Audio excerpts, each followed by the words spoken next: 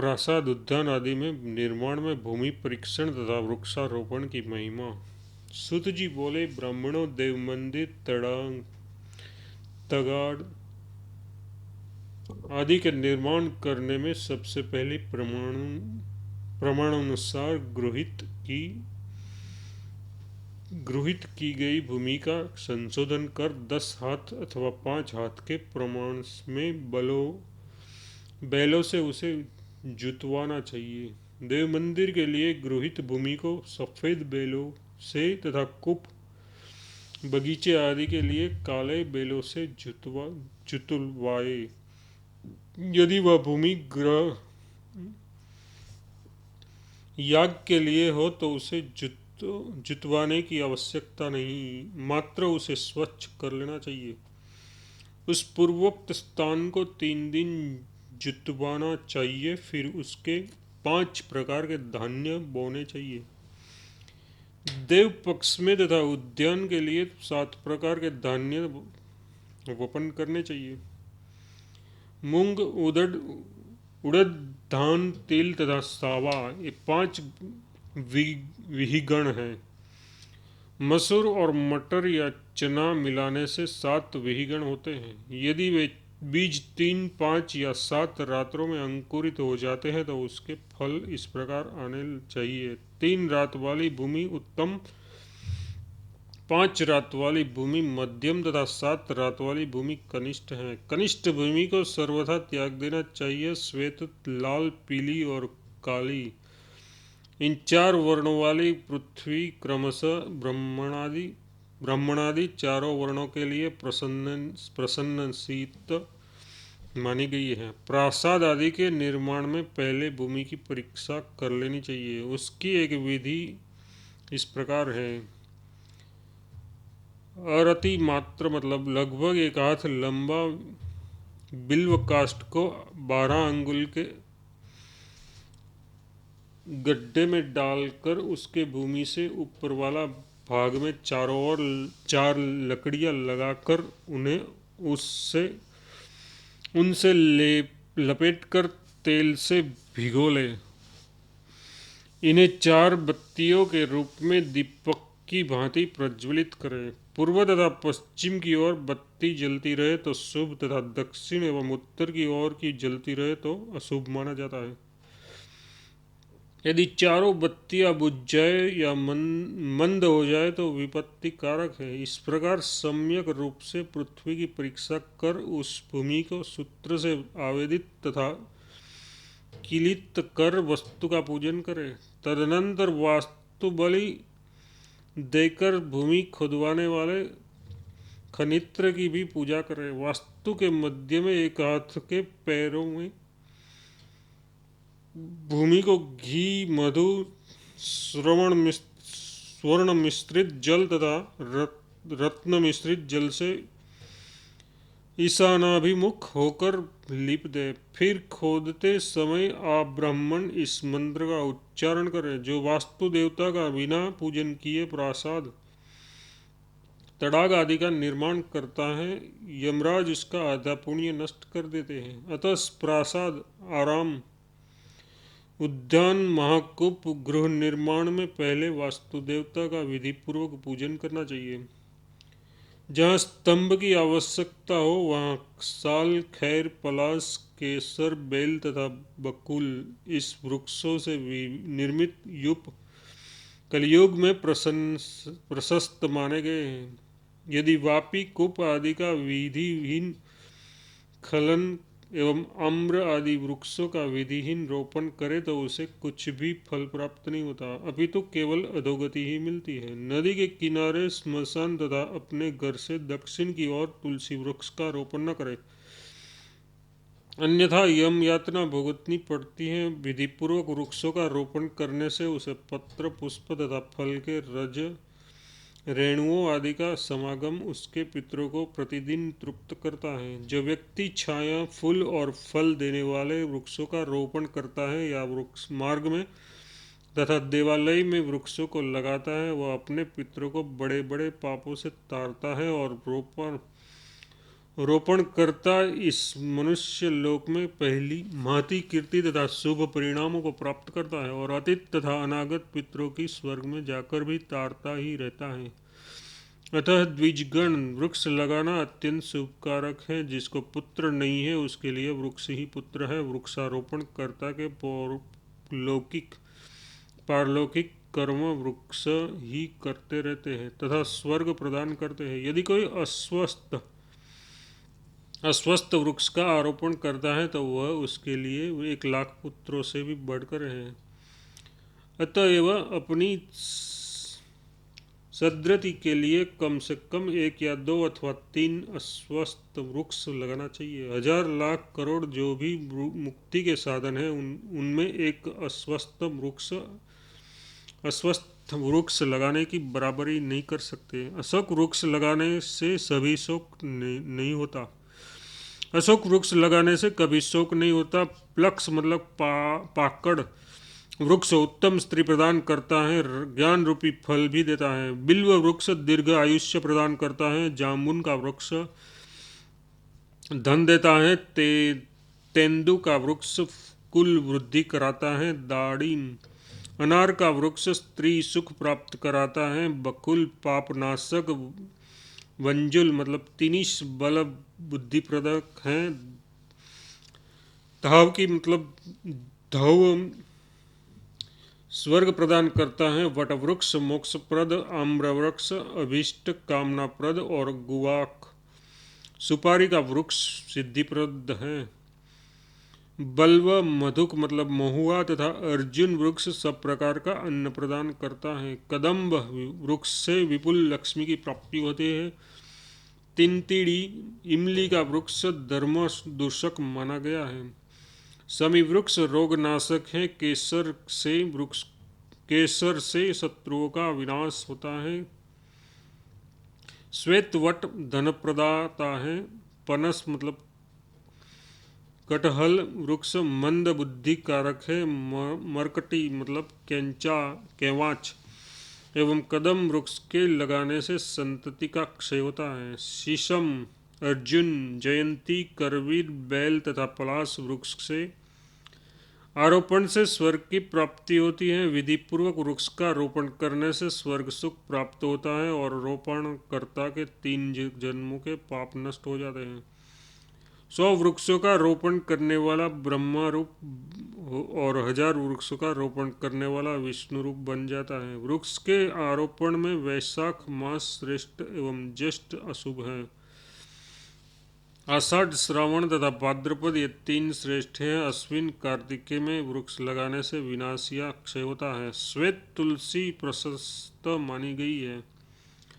अस्वस्थ वटवृक्ष और श्री वृक्ष का छेदन करने वाला व्यक्ति ब्रह्मघाती कहलाता है। वृक्ष छेदी व्यक्ति मूक और सैकड़ों व्याधियों से युक्त होता है।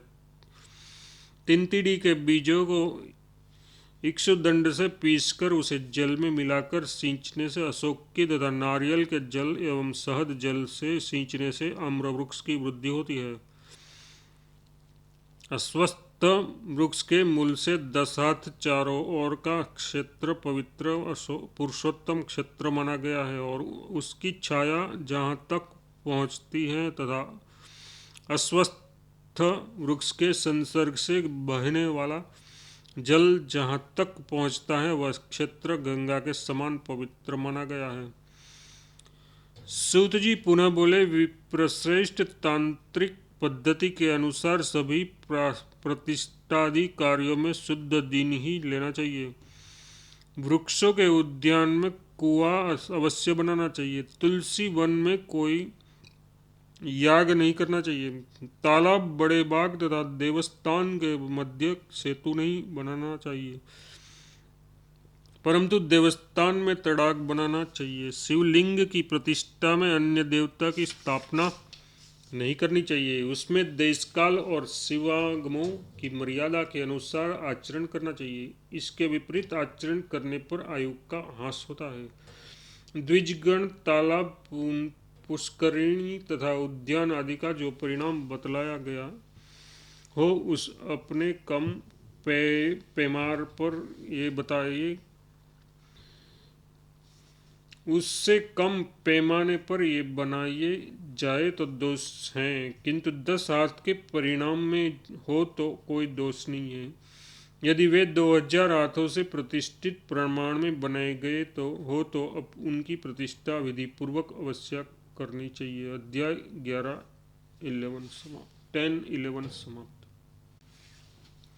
देव प्रतिमा निर्माण विधि। सूत जी बोले, ब्राह्मणों, अब मैं प्रतिमा का शास्त्र सम्मत लक्षण कहता हूँ। उत्तम लक्षणों से रहित प्रतिमा का पूजन नहीं करना चाहिए। पाषाण, काष्ठ, मृत्तिका, रत्न, ताम्र एवं अन्य धातु, इनमें से किसी की भी प्रतिमा बनाई जा सकती है।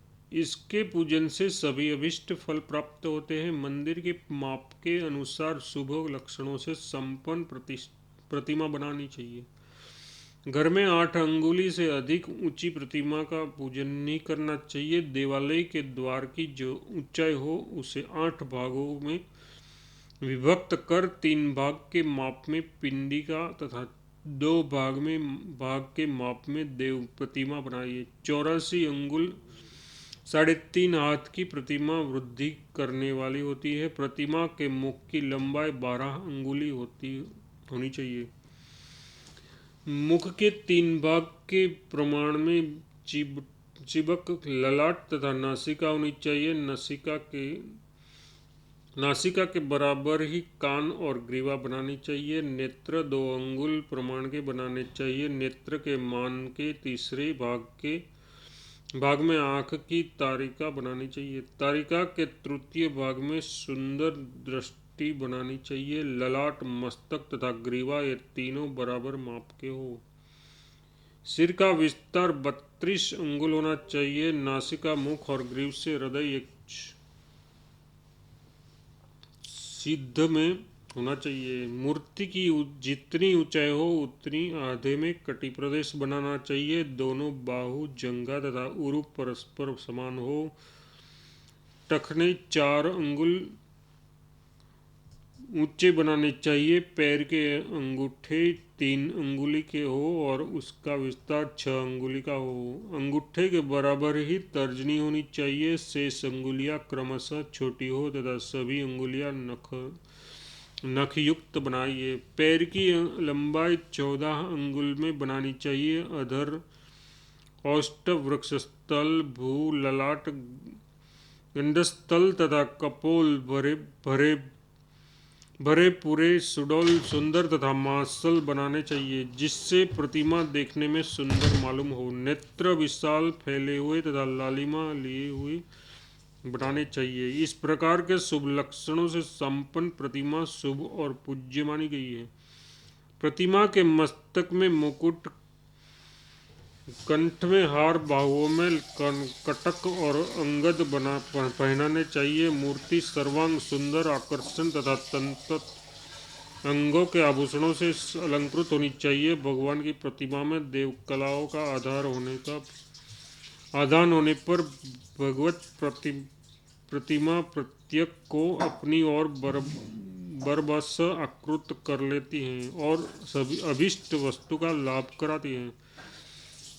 जिसका मुखमंडल दिव्य प्रभा से जगमगा रहा हो, कानों में चित्र विचित्र मणियों के सुंदर कमंडल तथा हाथ में कनक मालाएं और मस्तक पर सुंदर केश सुशोभित हो, वैसी भक्तों को वर देने वाली शस्त्र स्नेह से परिपूर्ण भगवती की सौम्य कैशोरी प्रतिमा का निर्माण कराइए। भगवती विधि पूर्वक अर्चना करने पर प्रसन्न होती है और उपासकों के मनोरथों को पूर्ण करती हैं। 9 ताल 4.5 हाथ की विष्णु की प्रतिमा बनानी चाहिए। 3 ताल की वासुदेव की, 5 ताल की नृसिंह तथा 1 ग्रीव की, 8 ताल की नारायण की, 5 ताल की महेश की, 9 ताल की भगवती दुर्गा की, 3 ताल की लक्ष्मी और सरस्वती की तथा 7 ताल की भगवान सूर्य की प्रतिमा बनाने का विधान है। भगवान की मूर्ति की स्थापना तीर्थ, पर्वत, तालाब आदि के समीप करनी चाहिए अथवा नगर के मध्य भाग में या जहाँ ब्राह्मणों का समूह हो वहाँ करनी चाहिए। इनमें भी अभिमुक्त आदि सिद्ध क्षेत्रों में प्रतिष्ठा करने वाले के पूर्वापर अनंत कुलों का उद्धार हो जाता है। कलयुग में चंदन, अगुरु बिल्व, श्रीपर्वक तथा पद्म काष्ठ आदि काष्ठों के अभाव में मुरी मूर्ति बनानी चाहिए। अध्याय 12 समाप्त। कुंड निर्माण एवं उनके संस्कार की विधि और ग्रह शांति का महात्म्य। सूत जी बोले, द्विजश्रेष्ठ, अब मैं यज्ञ कुंडों के निर्माण एवं उनके संस्कार की संक्षिप्त विधि का बतला रहा हूँ। कुंड 10 प्रकार के होते हैं: चौकोर, वृत्त, पद्म, अर्धचंद्र, योनि की आकृति का, चंद्रकार, पद्मकोण, षष्ठकोण, अष्टकोण और 9 कोण वाला। सबसे पहले भूमि का संशोधन कर भूमि पर पड़े हुए तृण, केश आदि हटा देने चाहिए। फिर उस भूमि पर भस्म और अंगारे घुमाकर भूमि शुद्ध करनी चाहिए। तदनंतर उस भूमि पर जल सिंचन कर बीजारोपण करके और 7 दिन के बाद कुंड निर्माण के लिए खनन करना चाहिए। तत्पश्चात अभिष्ट उपयुक्त 10 कुंडों में किसी का निर्माण करना चाहिए। कुंड निर्माणार्थ विधिवत नाप जोप के लिए सूत्र का उपयोग करें। कामना भेद से कुंड भी अनेक आकार के होते हैं। कुंड के अनुरूप ही मेखला भी बनानी चाहिए। यज्ञों में आहुति की संख्या का भी अलग अलग विधान है। विधि प्रमाण के अनुसार आहुति देनी चाहिए। मान रहित हवन करने से कोई फल नहीं मिलता, अतः बुद्धिमान मनुष्य को मान का पूर्ण ज्ञान रखकर ही कुंड का विधिवत निर्माण कर यज्ञानुष्ठान करना चाहिए। जिस यज्ञ का जितना मान होता है उसी मान की ही योजना करनी चाहिए। 50 आहुतियों का मान सामान्य है। उसके बाद 100, 1000, अयुत, लक्ष और कोटि होम भी होते हैं। बड़े बड़े यज्ञ संपत्ति रहने पर हो सकते हैं या राजा महाराजा कर सकते हैं। मनुष्य अपने अपने प्राक्रन कर्म के अनुसार सुख दुख का उपभोग करता है तथा शुभाशुभ फल ग्रहों के अनुसार भोगता है। अतः शांति पुष्टि कर्म में ग्रहों की शांति प्रयत्न पूर्वक परम भक्ति से करनी चाहिए। दिव्य अंतरिक्ष और पृथ्वी संबंधी बड़े बड़े अद्भुत उत्पातों के होने पर शुभाशुभ फल देने वाले ग्रह शांति करनी चाहिए। इन अवसरों पर अयुत होम करना चाहिए। काम्यक कर्म या शांति पुष्टि के लिए ग्रहों का भक्ति पूर्वक नित्य पूजन एवं हवन करना चाहिए। कली में ग्रहों के लिए लक्ष्य एवं कोटि होम का विधान है। गृहस्थ को अभिचारिक कर्म नहीं करने चाहिए। कुंडों का शास्त्रानुसार संस्कार करना चाहिए। बिना संस्कार किए होम करने पर अर्थहानि होती है, अतः संस्कार करके होमादिक क्रियाएं करनी चाहिए। कुंडों के स्थापन का ओमकार पूर्वक अवेक्षण, कुश के जल से प्रोक्षण, त्रिशूलीकरण तथा सूत्र से अवेष्टित करना, किलित करना, अग्नि जीवा की भावना करना एवं अग्न्याहरण आदि 18 संस्कार होते हैं। शूद्र के घर से अग्नि कभी न लाए। स्त्री के द्वारा भी अग्नि नहीं मंगवानी चाहिए। शुद्ध एवं पवित्र व्यक्ति द्वारा अग्नि ग्रहण करना चाहिए। तदनंतर अग्नि का संस्कार करे और उसे अपने अभिमुख रखे। अग्नि बीज रम और शिव बीज सम से उसका प्रोक्षण करे और शिव शक्ति का ध्यान करे, उससे अभिष्ट सिद्धि की प्राप्ति होती है। उसके बाद वायु के सहारे अग्नि प्रज्वलित करे। देवी भगवती का और भगवान का अर्घ्यपाद्य आचमनादि आदि से पूजन करे। अग्नि पूजन में इस मंत्र का उपयोग करे: पितृपिंगल दह दह पच पच सर्वज्ञाज्ञ पय स्वाहा। यज्ञदत्त मुनि के अग्नि की 3 जिह्वाएं बतलाई हैं: हिरण्या, कनका तथा कृष्णा। समिधा भेद से जिन जिह्वा भेदों का वर्णन है उसका उन्हीं में विनियोग करना चाहिए। बहुरूपा, अतिरूपा और सात्विका इनका योग कर्म में विनियोग होता है। आज्य होम में हिरण्या, त्रिमधु मतलब दूध, चीनी और मधु, इन तीनों से समाहार से हवन करने पर कर्णिका, शुद्ध क्षीर से हवन करने पर रक्ता, नैतिक कर्म से प्रभा, पुष्प होम में बहुरूपा, अन्न और पायसन से हवन करने से कृष्णा, इक्ष होम में पद्मरागा, पद्म होम में सुवर्ण और लोहिता, बिल्व पत्र से हवन करने पर श्वेता, तिल होम में द्रुमिनी काष्ठहोम में करालिका, पितृहोम में लोहितास्त्या, देवहोम में मनोजवा नाम की अग्निज्वाला कही गई है।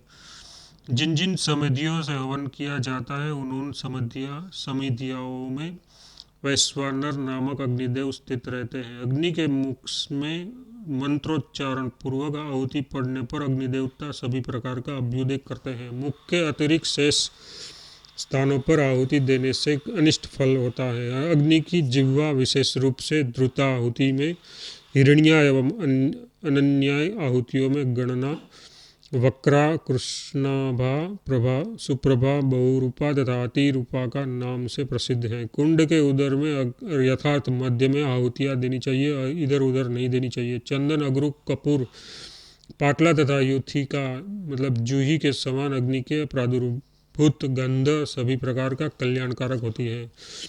यदि अग्नि की ज्वाला छिन्न वृत्त रूप से उठती है तो मृत्यु भय होता है और धन का क्षय होता है। अग्नि बुझ जाने तथा अधिक धुआं होने पर भी महान अनिष्ट होता है। ऐसी स्थिति में प्रायश्चित करना चाहिए। पहले 28 आहुतियाँ देकर ब्राह्मणों को भोजन कराना चाहिए। अनंतर घी से मूल मंत्र द्वारा 25 आहुतियाँ देनी चाहिए। तीनों कालों में महास्नान करे तथा श्रद्धा भक्ति पूर्वक भगवान विष्णु की पूजा करे। अध्याय 13-14 समाप्त। अग्नि पूजन विधि। सूत जी बोले, ब्राह्मणों नित्य नैमित्तिक यागादि की समाप्ति में हवन को जाने पर भगवान अग्निदेव की षोडश उपचारों से पूजा करनी चाहिए। अग्नि को वायु द्वारा प्रदीप्त कर पीठ पर देवताओं की पूजा कर हाथ में लाल फूल के निम्न मंत्र पढ़कर ध्यान करें। भगवान अग्निदेवता अपने हाथों में उत्तम इष्ट, यज्ञ पात्र, शक्ति, स्वस्तिक और अभय मुद्रा धारण किए हैं। देदीप्यमान सुवर्ण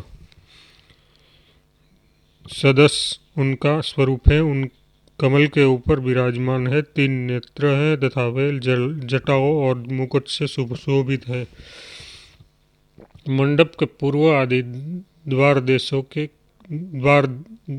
देशों में कामदेव, इंद्र, वराह तथा कार्तिकेय को आवाहित कर स्थापित करे। तदनंतर आसन, पाद्य, अर्घ, आचमन्यम तथा गंधादिक उपचारों से पूजन कर 8 मुद्राएं प्रदर्शित करे। फिर सुवर्ण वर्ण वाले निर्मल प्रज्वलित सर्वोत्तमुख महाजीव तथा महोदर भगवान अग्निदेव की आकाश रूप में पूजा करे। अग्नि की जीवाओं की भी ध्यान करे। उसके बाद भगवान अग्निदेव का विविध उपचारों से पूजन करे। अध्याय 36 समाप्त।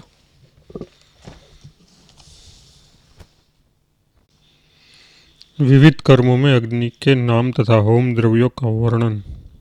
सूत जी बोले, ब्राह्मणों, अब मैं शास्त्र सम्मत विधि के अनुसार किए गए विविध यज्ञों में अग्नि के नामों का वर्णन करता हूँ। शतार्ध होम में 500 संख्या की आहुतियों में यज्ञों में अग्नि को काश्यप कहा गया है। इसी प्रकार आज्य होम में विष्णु, तिल याग में वनस्पति, सहस्त्र याग में ब्राह्मण, अयुत याग में हरि, लक्ष्य होम में ब्रही, वही कोटि होम में हुतासन, शांतिक कर्मों में वरुण, मारण कर्म में अरुण, नित्य होम में अनल, प्रायश्चित में हुतासन तथा अन्न यज्ञ में लोहित नाम कहा गया है। देव प्रतिष्ठा में लोहित, वास्तु याग, मंडप तथा पद्मक याग में प्रजापति, प्रपान याग में नाग, महादान में हवि, भूर्क, गोदान में रुद्र, कन्यादान में योगक तथा तुला पुरुष दान में धुता रूप से अग्निदेव स्थित रहते हैं। इस प्रकार वृषोत्सव में अग्नि का सूर्य, वैश्वदेव कर्म में पावक, दीक्षा ग्रहण में जनार्दन, उत्पिंडन में साल, सवदाह में कव्य, पर्णदाह में यम, अस्थिदाह में शिखंडिक, गर्भाधान में मरुत, सीमंत में पिंगल, पुंसवन में इंद्र, नामकरण में पार्थिव, निष्क्रमण में हटक, प्राशन में शुचि, चूड़ाकरण में षडानन, व्रतोपदेश में समुद्भव, उपनयन में वितिहोत्र, समावर्तन में धनंजय, उदर में जठर, समुद्र में वडवानल, शिखा में विभु तथा स्वरादि शब्दों में सरिसुप नाम है। अग्नि अश्वाग्नि का मंथर, रथाग्नि का जातवेदस, गजाग्नि का मंदर, सूर्याग्नि का विंध्य, तोयाग्नि का वरुण, ब्राह्मणाग्नि का हवि भूक, पर्वताग्नि का नाम क्रतुभुक है। देवाग्नि को सूर्य कहा जाता है। दीपाग्नि का नाम पावक, गृहाग्नि का धरतीपति, धृताग्नि का नल और सूतिकाग्नि का नाम राक्षस है। जिन द्रव्यों का होम में उपयोग किया जाता है उनका निश्चित प्रमाण होता है। प्रमाण के बिना किया गया द्रव्यों का होम फलदायक नहीं होता।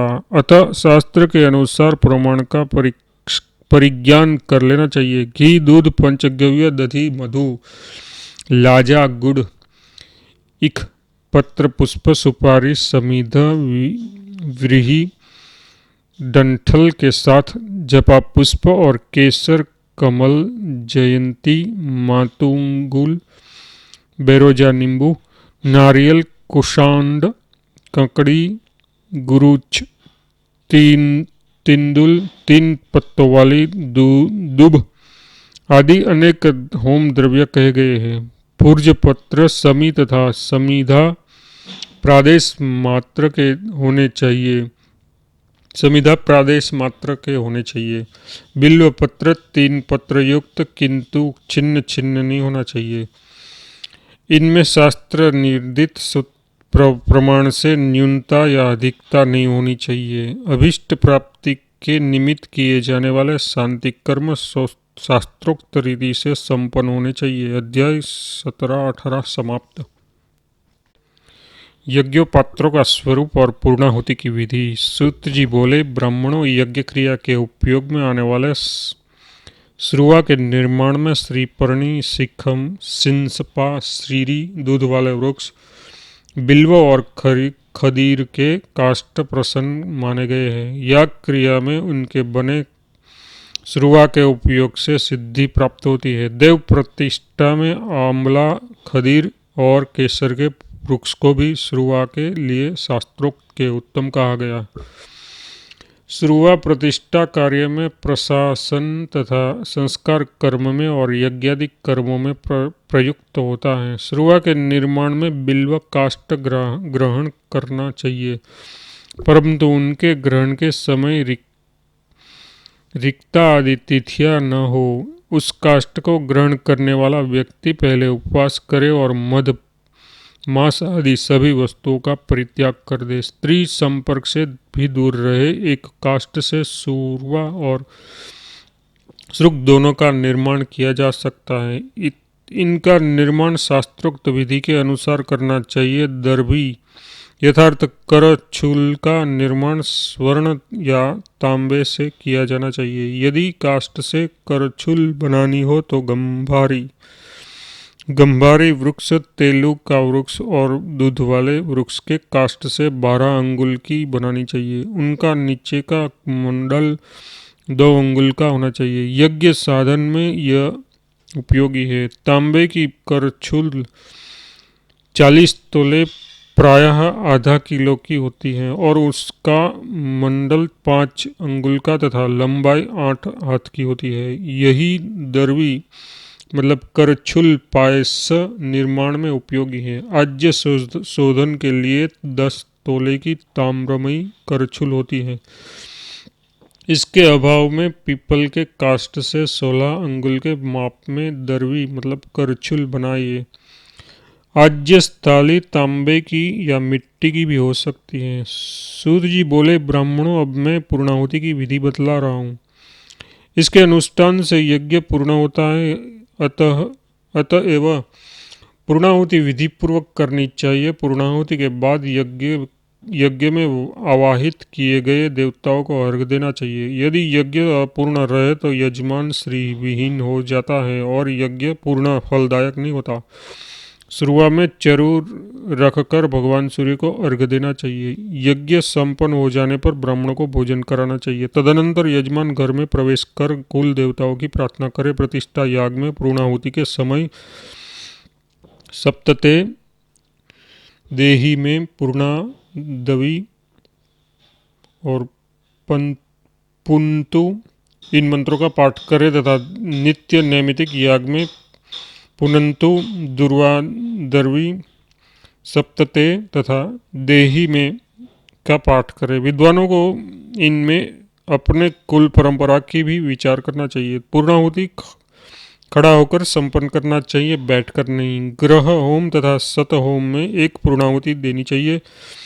सहस्त्र याग में 2, अयुत होम में 4, सहस्त्र पुष्प होम में 1, मृदु पुष्प होम में 1, शत इशु होम में 2, गर्भाधान, अन्नप्राशन, सीमंत और नयन संस्कारों में और प्रायश्चित आदि कर्म तथा नैमितिक वैदिक देव याग में 1 पूर्णाहुति देना विधान है। मंत्रोच्चारण में ऋषि छंद विनियोग आदि का प्रयोग करना चाहिए। यदि इनका प्रयोग न किया जाए तो फल प्राप्ति में न्यूनता होती है। सप्तते इन ब्राह्मण मंत्र में कौंडिल्य ऋषि, जगती छंद और अग्नि देवता हैं। तेही में इन मंत्र में प्रजापति ऋषि, अनुच्छुत छंद और प्रजापति देवता हैं। पूर्णाद्रवी इन मंत्र में शतक्रतु ऋषि, अनुष्टुप छंद एवं अग्नि देवता हैं। पुनंतु इन मंत्र में पवन ऋषि, जगती छंद तथा देवता अग्नि है। इस रीति से तत्तद मंत्रों में उपचारणों के समय ऋषि, छंद एवं देवता का स्मरण करना चाहिए। जप काल में मंत्रों की संख्या अवश्य पूरी करनी चाहिए। निर्दिष्ट संख्या के बिना किया गया जप फलदायी नहीं होता। अयुत होम, लक्ष्य होम और कोटि होम में जिन ऋत्विक ब्राह्मणों का वर्णन किया जाए वे शांत एवं काम क्रोध रहित हो। ऋत्विजनों की संख्या अभिष्ट होमानुसार करनी चाहिए। प्रयत्न पूर्वक उनकी पूजा कर एवं प्रदक्षिणा कर प्रदान कर उन्हें संतुष्ट करना चाहिए। इस प्रकार विधि पूर्वक याग कर्म करने वाला व्यक्ति वसु, आदित्य और मरुदगणों के द्वारा शिवलोक में पूजित होता है तथा अनेक कल्पों तक वहाँ निवास कर अंत में मोक्ष प्राप्त करता है। जो किसी कामना के बिना यथार्थ निष्काम भावपूर्वक ईश्वरार्पण बुद्धि से लक्ष्य होम करता है वह अपने अभिष्ट को प्राप्त कर परम पद प्राप्त कर लेता है। पुत्रार्थी पुत्र, धनार्थी धन, भार्यार्थी भार्या और कुमारी शुभ पति को प्राप्त करती है। राज्य भ्रष्ट राज्य तथा लक्ष्मी की कामना वाला व्यक्ति अतुल ऐश्वर्य प्राप्त करता है। जो व्यक्ति निष्काम भाव पूर्वक कोटि होम करता है वह परब्रह्म को प्राप्त हो जाता है। ब्रह्मा ने स्वयं बतलाया है कि कोटि होम लक्ष्य होम से 100 गुना है और ऋत्विज ब्राह्मणों के अभाव में आचार्य भी होता बन सकता है। आसनों में कुशासन प्रशस्त माना गया है। देवता पद्मासन पर स्थित रहते हैं और वास भी करते हैं। अतः पद्मास्तन होकर ही अर्चना करनी चाहिए। देवो भूत्वा देवान यजेत। इस न्याय के अनुसार पद्मासनस्थ देवताओं का अर्चन पद्मासनस्थ होकर ही करना चाहिए। यदि ऐसा न किया जाए तो संपूर्ण फल यक्षिणी हरण कर लेती है। अध्याय 1921 संपूर्ण। प्रथम भाग संपूर्ण। ओम श्री परमात्मने नमः।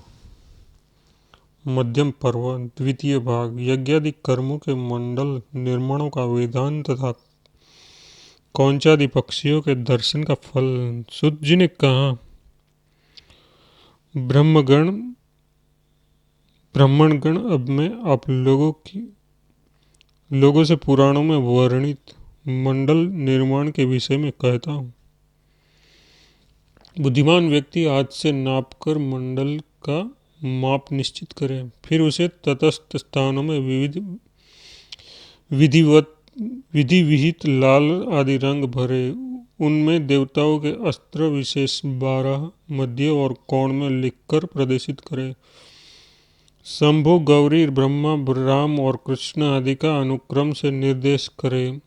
फिर सीमा रेखा को 1 अंगुली ऊंचा उन अर्ध भागों से युक्त करे। शिव और विष्णु के महायाग में शंभु से प्रारंभ कर देवताओं की परिकल्पना ध्यान करे। प्रतिष्ठा में राम पर्यंत, जलाशय में कृष्ण पर्यंत और दुर्गा याग में ब्रह्मादि की परिकल्पना करे। मंडल का निर्माण अधम ब्राह्मण एवं शूद्र न करे। सूत जी ने पुनः कहा, अब मैं कौंच का स्वरूप बतलाता हूँ। सभी शास्त्रों में उसका उल्लेख मिलता है जो गोपनीय है। वह कौंच पक्षी विशेष, महाकौंच, मध्य कौंच और कनिष्ठ कौंच भेद 3 प्रकार का वर्णित है। इसका दर्शन सैकड़ों जन्मों में किए गए पापों को नष्ट करता है। मयूर, वृषभ, सिंह, कौंच और कपी को घर में, खेत में और वृक्ष पर फूल से भी देख ले तो उसको नमस्कार करे। ऐसा करने से दर्शन के सैकड़ों ब्रह्म हत्या जनित पाप नष्ट हो जाते हैं। उनके पोषण से कीर्ति मिलती है और दर्शन से धन तथा आयु बढ़ती है। मयूर ब्रह्मा का, वृषभ सदाशिव का, सिंह दुर्गा का, कौंच नारायण का, बाघ त्रिपुर सुंदरी लक्ष्मी का रूप है। स्नान कर यदि प्रतिदिन उनका दर्शन किया जाए तो ग्रह दोष मिट जाता है। इसलिए प्रयत्नपूर्वक उनको पोषण करना चाहिए। सभी यज्ञों में सर्वोत्रोभद्र मंडल सभी प्रकार की पुष्टि प्रदान करता है। सर्वशक्तिमान ईश्वर ने साधकों के हित के लिए उनका प्रकाश किया है। संपूर्ण स्वार्थ यागों में सर्वतोभद्र मंडल का विशेष रूप से निर्माण किया जाता है और तत्त स्थानों में तत्त रंगों से पूरित किया जाता है। अध्याय 1 में समाप्त। यज्ञादि कर्म में दक्षिणा का महात्म्य, विभिन्न कर्मों में पारिश्रमिक व्यवस्था और कलश स्थापना का वर्णन। सूत जी बोले, ब्राह्मणों, शास्त्र विहित यज्ञादि कार्य दक्षिणा रहित एवं परिमाण विहीन कभी नहीं करना चाहिए। ऐसा यज्ञ कभी सफल नहीं होता। जिस यज्ञ का जो माप बतलाया गया है उसी के अनुसार विधान करना चाहिए। मान रहित यज्ञ करने वाले व्यक्ति नरक में जाते हैं। आचार्य होता ब्रह्मा तथा जितने भी सहयोगी हो वे सभी विधिज्ञ हो। 80 वराटों मतलब कोटियों का एक पल होता है। 16 पलों का एक पुराण कहा जाता है। 7 पुराणों की एक रतन मुद्रा तथा 8 रतन मुद्राओं की एक सुवर्ण मुद्रा कही जाती है। जो यज्ञ आदि में दक्षिणा दी जाती है, बड़े उद्यानों की प्रतिष्ठा यज्ञ में 2 सुवर्ण मुद्राएं, कुपोत्सर्ग में आधी सुवर्ण मुद्रा, तुलसी एवं अमल की याग में 1 सुवर्ण मुद्रा निष्कल दक्षिणा रूप में विहित है। लक्ष्य होम में 4 सुवर्ण मुद्रा, कोटि होम, देव प्रतिष्ठा तथा प्रसाद के उत्सर्ग में 18 सुवर्ण मुद्राएं दक्षिणा रूप में देने का विधान है। तड़ाक तथा पुष्करणीय याग में आधी आधी सुवर्ण मुद्रा देनी चाहिए। महादान, दीक्षा, वृषोत्सव तथा गया श्राद्ध में अपने विभव के अनुसार दक्षिणा देनी चाहिए। महाभारत के श्रवण में 80 रत्ती तथा ग्रहयाग, प्रतिष्ठा कर्म, लक्ष्य होम, अयुत होम तथा कोटि होम में 100 रत्ती सुवर्ण देना चाहिए। इसी प्रकार शास्त्रों में निर्दिष्ट सत्पात्र व्यक्तियों को ही दान देना चाहिए, अपात्र को नहीं। यज्ञ होम में द्रव्य, काष्ठ, धृत आदि के लिए शास्त्र निर्दिष्ट विधि का भी अनुसरण करना चाहिए। यज्ञ, दान तथा व्रत आदि कर्मों में दक्षिणा तत्काल देनी चाहिए। बिना दक्षिणा के ये कार्य नहीं करने चाहिए। ब्राह्मणों का जब वर्ण किया जाए तब उन्हें रत्न, सुवर्ण, चांदी आदि दक्षिणा रूप में देना चाहिए। वस्त्र एवं भूमिदान भी विहित है। अनन्याय दानों एवं यज्ञों में दक्षिणा एवं द्रव्यों का अलग अलग विधान है। विधान के अनुसार नियत दक्षिणा देने में असमर्थ होने पर यज्ञ कार्य की सिद्धि के लिए देव प्रतिष्ठा, पुस्तक, रत्न, गाय, धान्य, तिल, रुद्राक्ष, फल एवं पुष्प आदि भी दिए जा सकते हैं। सूत जी पुनः बोले, ब्राह्मणों, अब मैं पूर्ण पात्र का स्वरूप बतलाता हूँ। उसे शून्य काम्य होम में एक मुष्टि के पूर्ण पात्र का विधान है। 8 मुष्टि अन्न को एक कुशिज्ञा कहते हैं। उसी प्रमाण से पूर्ण पात्रों का निर्माण करना चाहिए। उन पात्रों को अलग कर द्वार प्रदेश में स्थापित करें। कुंड और कुंड कमंडलों के निर्माण के पारिश्रमिक इस प्रकार हैं। चौकोर कुंड के लिए रौप्यादि, सर्वत्र भद्र कुंड में दिए 2 रौप्य, महासिंहासन के लिए 5 रौप्य, सहस्त्रार्थ तथा मेरु पुष्ट कुंड के लिए 1 बेल तथा 4 रौप्य। महाकुंड के निर्माण में द्विगुणित स्वर्णपाद, वृत कुंड के लिए 1 रौप्य, पद्म कुंड के लिए वृषभ, अर्धचंद्र कुंड के लिए 1 रौप्य, योनि कुंड के निर्माण में 1 धेनु तथा 4 मासा स्वर्ण। शैव याग में तथा उद्यापन में 1 मासा स्वर्ण। इष्टिकार कारण में प्रतिदिन 2 पड़ पारिश्रमिक देना चाहिए। खंड कुंड अर्धगोलाकार निर्माता को 10 वराट मतलब 1 वराट बराबर 80 कोटि।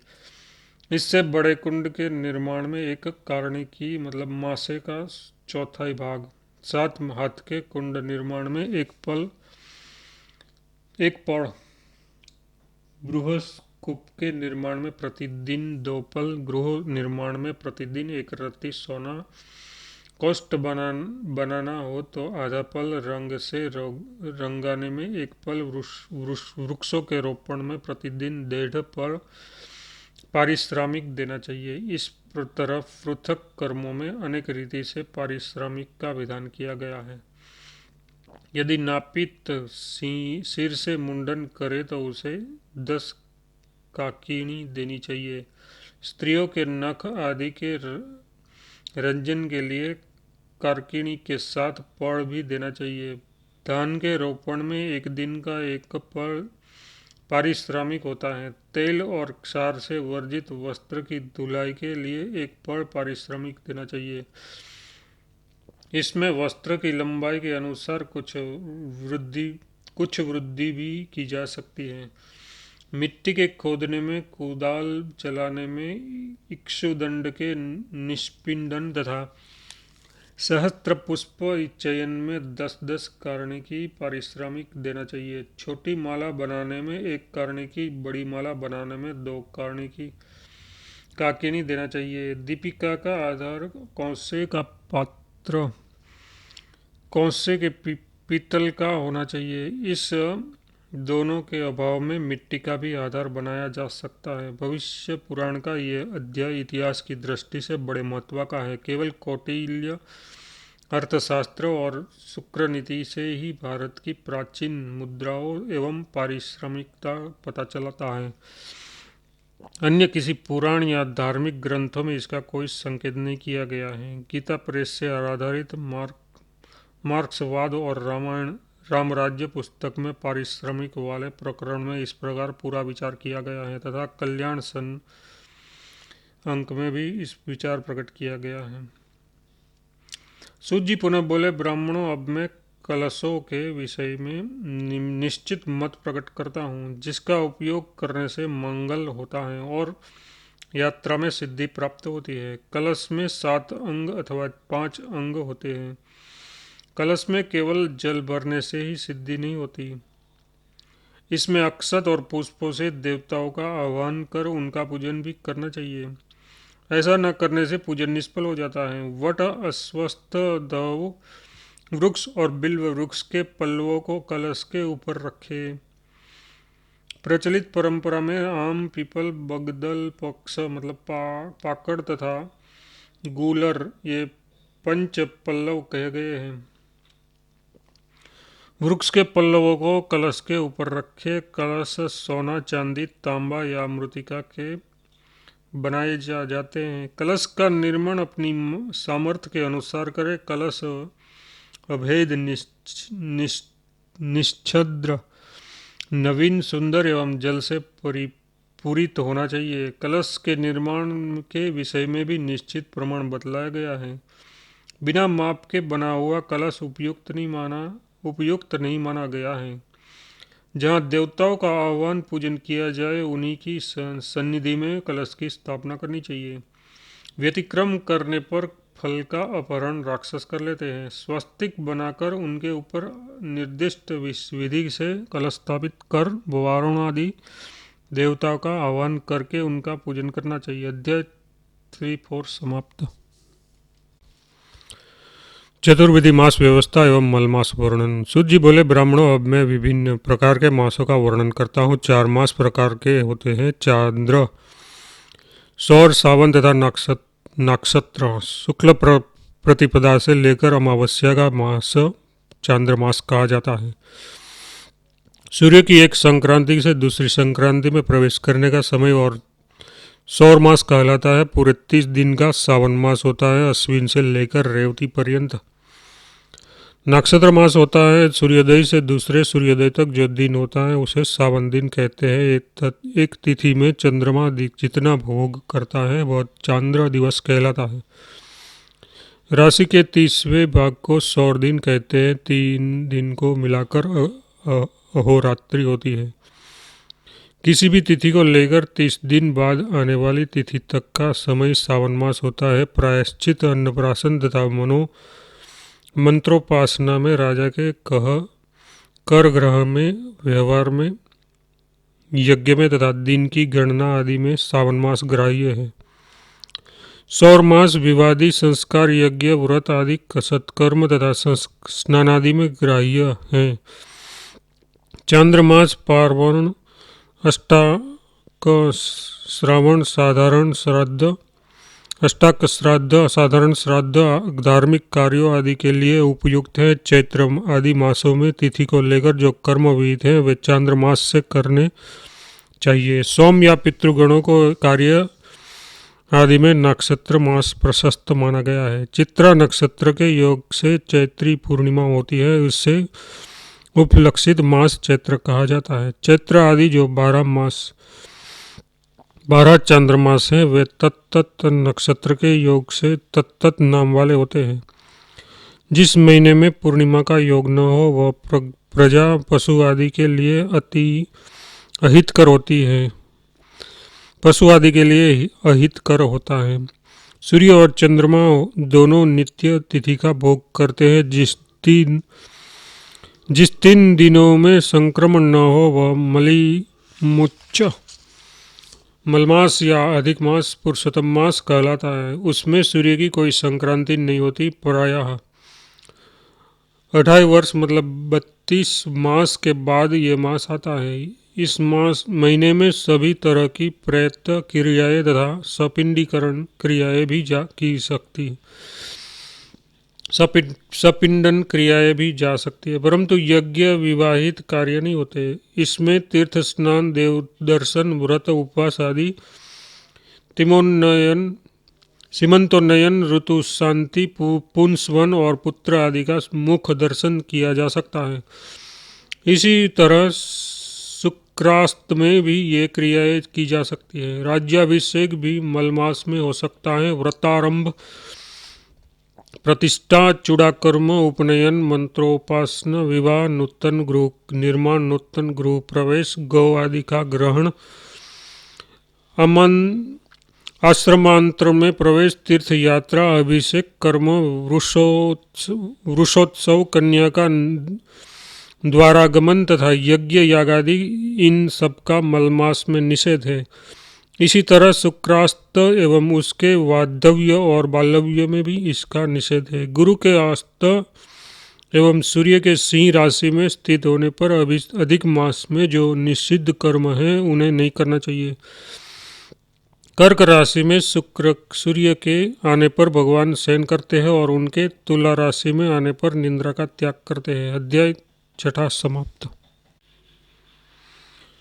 काल विभाग, तिथि निर्णय एवं वर्ष भर के विशेष पर्वों तथा तिथियों के पुण्यप्रद कृत्य। सुद जी बोले, ब्राह्मणों देव कर्म या पैतृक कर्म काल के आधार पर ही संपन्न होते हैं और कर्म भी नियत समय पर किए जाने पर पूर्ण रूप से फलप्रद होते हैं। समय के बिना की गई क्रियाओं का फल तीनों कालों तथा लोकों में भी प्राप्त नहीं होता।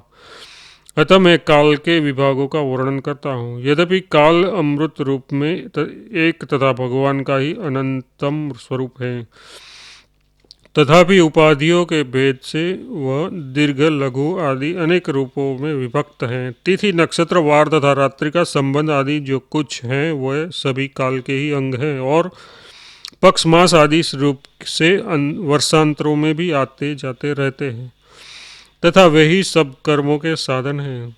समय के बिना कोई भी स्वतंत्र रूप से कर्म करने में समर्थ नहीं। धर्म या अधर्म का मुख्य द्वार काल ही है। तिथि आदि काल विशेषों में निषिद्ध और विहित कर्म बताए गए हैं। विहित कर्मों का पालन करने वाला स्वर्ग प्राप्त करता है और विहित का त्याग कर निषिद्ध कर्म करने से अधोगति प्राप्त करता है।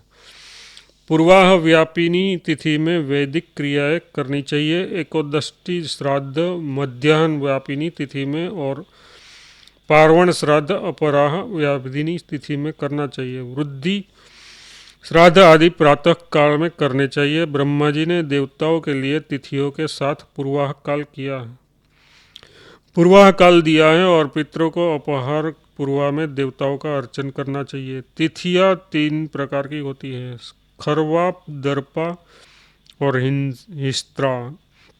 लंघित होने वाला खरवा तिथि वृद्धि, दर्पा तथा तिथि हानि हिंस्त्रा कही जाती है। इनमें खरवा और दर्पा आगे की लेनी चाहिए और हिंस्त्रा मतलब क्षय तिथि पूर्व में लेनी चाहिए। शुक्ल पक्ष में परा लेनी चाहिए और कृष्ण पक्ष में पूर्वा। भगवान सूर्य जिस तिथि को प्राप्त कर उदित होते हैं वह तिथि स्नान, दान आदि कृत्यों में उचित है। यदि अस्त समय में भगवान सूर्य 10 घटी पर्यंत रहते हैं तो वह तिथि रात दिन समझनी चाहिए।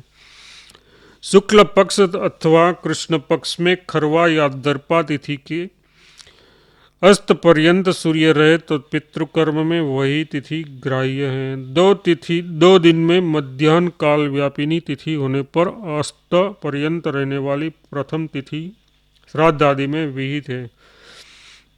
द्वितीया तृतीया से तथा चतुर्थी पंचमी से युक्त हो तो ये तिथियां पुण्यप्रद मानी गई हैं और उनके विपरीत होने पर पुण्य का ह्रास करती हैं। षष्ठी पंचमी से एवं अष्टमी सप्तमी से विद्दर हो तथा दशमी से एकादशी, त्रयोदशी से चतुर्दशी और चतुर्दशी से अमावस्या विरुद्ध हो तो उनमें उपवास नहीं करना चाहिए, अन्यथा पुत्र, कलत्र और धन का ह्रास होता है। पुत्र भार्यादि से रहित व्यक्ति का यज्ञ में अधिकार नहीं है। जिस तिथि को लेकर सूर्य उदित होते हैं वह तिथि स्नान, अध्ययन और दान के लिए श्रेष्ठ समझनी चाहिए। कृष्ण पक्ष में जिस तिथि में सूर्य अस्त होते हैं वह स्नान, दान आदि कर्मों में पितरों के लिए उत्तम मानी जाती है। सुद जी कहते हैं, ब्राह्मणों, अब मैं ब्रह्मा जी द्वारा बतलाई गई श्रेष्ठ तिथियों का वर्णन करता हूँ। अश्विन, कार्तिक, माघ और चैत्र इन महीनों में स्नान, दान और भगवान शिव तथा विष्णु का पूजन 10 गुना फल प्रदान होता है।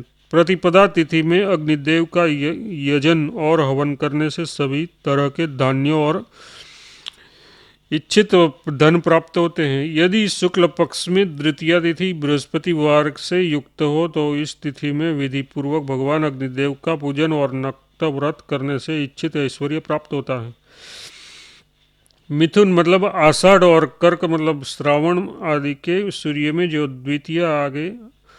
द्वितीय आए उसमें वो उपवास करके भगवान विष्णु का पूजन करने वाली स्त्री कभी विधवा नहीं होती। अशून्य शयन द्वितीया मतलब श्रावण मास के कृष्ण पक्ष की द्वितीय तिथि को गंध पुष्प वस्त्र तथा विविध नैवेद्यों से भगवान लक्ष्मी नारायण की पूजा करनी चाहिए। इस व्रत से पति पत्नी का परस्पर वियोग नहीं होता। वैशाख शुक्ल पक्ष की तृतीया में गंगा जी में स्नान करने वाला सब पापों से मुक्त हो जाता है। वैशाख मास की तृतीया स्वाति नक्षत्र और माघ की तृतीया रोहिणी युक्त हो तथा अश्विन तृतीया वृषभ राशि से युक्त हो तो उसमें जो भी दान दिया जाता है वह अक्षय होता है। विशेष रूप से इनमें हविष्यान एवं मोदक देने से अधिक लाभ होता है तथा गुड़ और कपूर से युक्त जलदान करने वाले की विद्वान पुरुष अधिक प्रशंसा करते हैं। वह मनुष्य ब्रह्मलोक में पूजित होता है। यदि बुधवार और श्रावण से युक्त तृतीया हो तो उसमें स्नान और उपवास करने से अनंत फल प्राप्त होता है।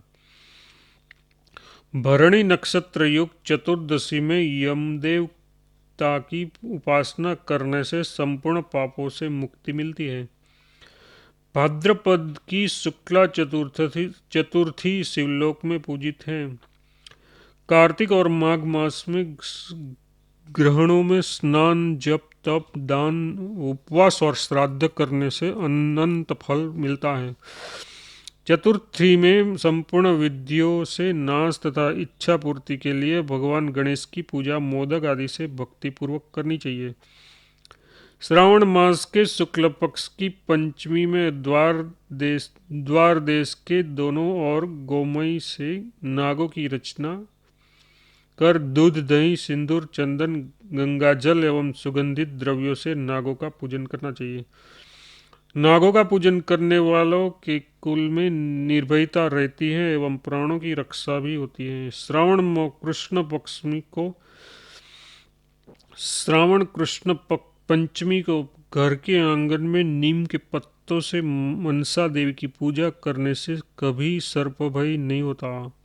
भाद्रपद की षष्ठी में स्नान दान आदि करने से अनंत पुण्य होता है।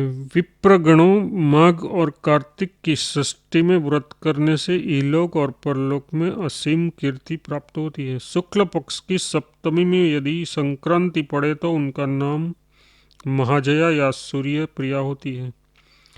भाद्रपद की सप्तमी अपराजिता है। शुक्ल या कृष्ण पक्ष की षष्ठी या सप्तमी रविवार से युक्त हो तो वह ललिता नाम की तिथि पुत्र पौत्रों की वृद्धि करने वाली और महान पुण्यदायिनी है। आश्विन एवं कार्तिक मास के शुक्ल पक्ष की अष्टमी में अष्टादश पूजा का पूजन करना चाहिए। आषाढ़ और श्रावण मास के शुक्ल पक्ष की अष्टमी में चंडिका देवी का प्रातः काल स्नान करके अत्यंत भक्तिपूर्वक पूजन कर रात्रि में अभिषेक करना चाहिए।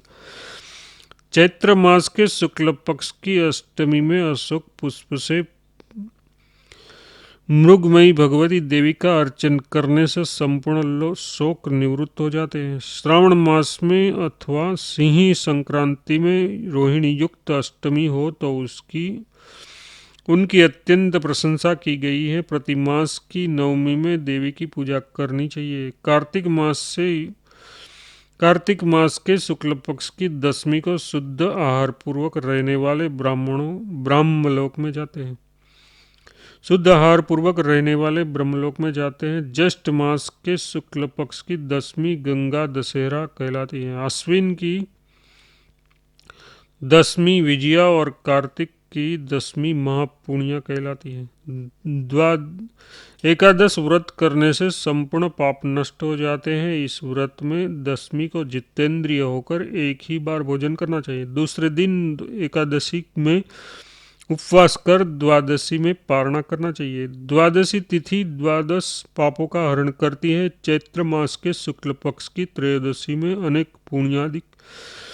अनेक पुष्पादिक सामग्रियों से कामदेव की पूजा करें।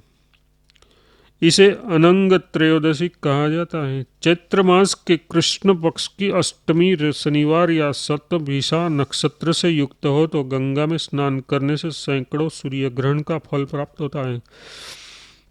इसी मास के कृष्ण पक्ष की त्रयोदशी यदि रविवार शनिवार या शतभिषा से युक्त हो तो वह महावारुणी पर्व कहलाता है। इसमें किया गया स्नान दान एवं श्राद्ध अक्षय होता है। चैत्र मास के शुक्ल पक्ष की चतुर्दशी दम्भ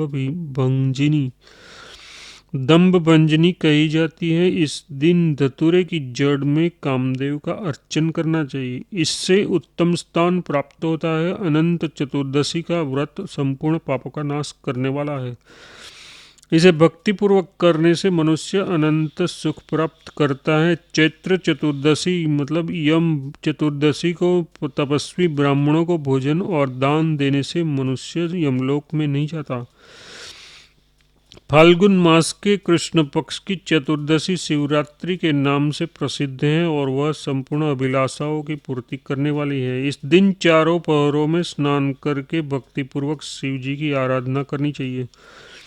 चैत्र मास की पूर्णिमा चित्रा नक्षत्र तथा गुरुवार से युक्त हो तो वह महाचैत्री कही जाती है। वह अनंत पुण्य प्रदान करने वाली है। इसी प्रकार विशाखादि नक्षत्र से युक्त वैशाखी महाज्येष्ठी आदि 12 पूर्णिमाएं होती है। इसमें किए गए स्नान दान जप नियम आदि समस्त सत्कर्म अक्षय होते हैं और व्रती के पितर संतुष्ट होकर अक्षय विष्णुलोक को प्राप्त करते हैं। हरिद्वार में महावैशाखी का पर्व विशेष पुण्य प्रदान करता है। इसी प्रकार सालग्राम क्षेत्र में महाचैत्री, पुरुषोत्तम क्षेत्र में महाज्येष्ठी, श्रृंगल क्षेत्र में महासाढ़ी, केदार में महाश्रवणी, बद्रिकाश्रम में महाभाद्री, पुष्कर तथा कन्याकुंज में महाकार्तिकी, अयोध्या में महामार्गशीर्षी तथा महापोषी, प्रयाग में महामाघी तथा नैमिषारण्य में महाफाल्गुनी पूर्णिमा विशेष फल देने वाली है। इन पर्वों में जो भी शुभाशुभ कर्म किए जाते हैं वे अक्षय हो जाते हैं। अश्विन की पूर्णिमा कौमुदी कही गई है। इसमें चंद्रोदय काल में विधि पूर्वक लक्ष्मी की पूजा करनी चाहिए। प्रत्येक अमावस्या को तर्पण और श्राद्ध कर्म अवश्य करना चाहिए। कार्तिक मास के कृष्ण पक्ष की अमावस्या में प्रदोष के समय लक्ष्मी का सविधि पूजन कर उनकी प्रीति के लिए दीपों को प्रज्वलित करना चाहिए एवं नदी तीर, पर्वत, गोष्ठ, श्मशान, वृक्ष मूल, चौराहा, अपने घर में और चत्वर में दीपों को सजाना चाहिए। अध्याय 7 और 8 समाप्त। गोत्र प्रवर आदि के ज्ञान की आवश्यकता। सूत जी कहते हैं, ब्राह्मणों, गोत्र प्रवर की परंपरा को जानना अत्यंत आवश्यक होता है। इसलिए अपने अपने गोत्र या प्रवर को पिता, आचार्य तथा शास्त्र द्वारा जानना चाहिए। गोत्र प्रवर को जाने बिना किया गया कर्म विपरीत फलदायी होता है। कश्यप, वशिष्ठ, विश्वामित्र, अंगिरस, च्यवन, मुकुन्य, वत्स, कात्यायन, अगस्त आदि अनेक गोत्र प्रवर्तक ऋषि हैं। गोत्रों में 1, 2, 3, 5 आदि प्रवर होते हैं। समान गोत्र में विवादी संबंधों का निषेध है। अपने गोत्र प्रवरादि का ज्ञान शास्त्रांतरों से कर लेना चाहिए। वास्तव में देखा जाए तो सारा जगत महामुनि कश्यप से उत्पन्न हुआ है, अतः उन्हें अपने गोत्र और प्रवर का ज्ञान नहीं है। जिन्हें अपने गोत्र और प्रवर का ज्ञान नहीं है उन्हें अपने पिताजी से ज्ञात कर लेना चाहिए। यदि उन्हें मालूम न हो तो वह स्वयं को काश्यप गोत्रीय मानकर उनका प्रवर लगाकर शास्त्रानुसार कर्म करना चाहिए। अध्याय 9 समाप्त। वास्तु मंडल के निर्माण एवं वास्तु पूजन की संक्षिप्त विधि। सूत जी कहते हैं, ब्राह्मणों, अब मैं वास्तु मंडल का संक्षिप्त वर्णन कर रहा हूँ। पहले भूमि पर अंकुरों का रोपण करके भूमि की परीक्षा कर ले। तदनंतर उत्तम भूमि के मध्य में वास्तुमंडल का निर्माण करें। वास्तुमंडल के देवता 45 हैं। उसके नाम इस प्रकार हैं: शिखी, पर्जन्य, जयंत, कुलिशा, युद्ध, सूर्य, सत्य, वृष, आकाश, वायु, पूषा, वितथ, गुहा, यम, गंधर्व, मृगराज, मृग, पितृगण, देवारिक, सुग्रीव, पुष्पदंत, वरुण, असुर, पशु, पास, रोग, अहि, मोक्ष, भल्लाट, सोम, सर्प, अदिति, दिति, अपु, अप, सावत्र, जय, रुद्र, अर्यमा, सविता, विवस्वान, विबुधाधिप, मित्र, राज्य, राजयक्ष्मा, पृथ्वीधर, आप, वत्स तथा ब्रह्मा।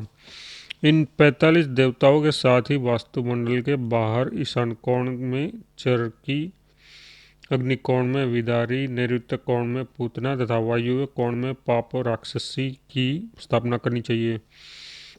मंडल के पूर्व दिशा में स्कंद, दक्षिण में अर्यमा, पश्चिम में कुजु, जुम्बक तथा उत्तर में पिली पिच्छ की स्थापना करनी चाहिए। इस प्रकार वास्तुमंडल में 53 देवी देवताओं की स्थापना होती है।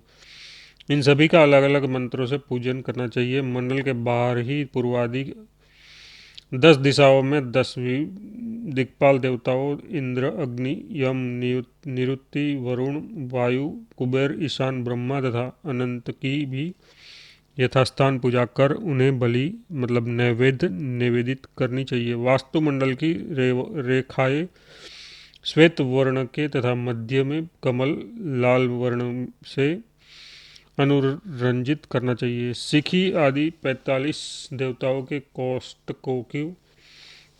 कोष्टकों को रक्तादि रंगों से अनुरंजित करना चाहिए। गृह देव मंदिर, महाकूप आदि के निर्माण में तथा देव प्रतिष्ठा आदि में वास्तुमंडल का निर्माण कर वास्तुमंडलस्थ देवताओं का आह्वान कर उनका पूजन आदि करना चाहिए। वो पवित्र स्थान पर लिपि पुती 1.5 हाथ के प्रमाण की भूमि पर पूर्व से पश्चिम तथा उत्तर से दक्षिण 10-10 रेखाएं खींचिए। उससे 81 कोष्टक के वास्तुपद चक्र का निर्माण होगा। इसी प्रकार 99 रेखाएं खींचने से 64 पाद का वास्तुचक्र बनता है। वास्तुचक्र से जिन देवताओं का उल्लेख किया गया है उसका ध्यान और पूजन अलग अलग मंत्रों से किया जाता है।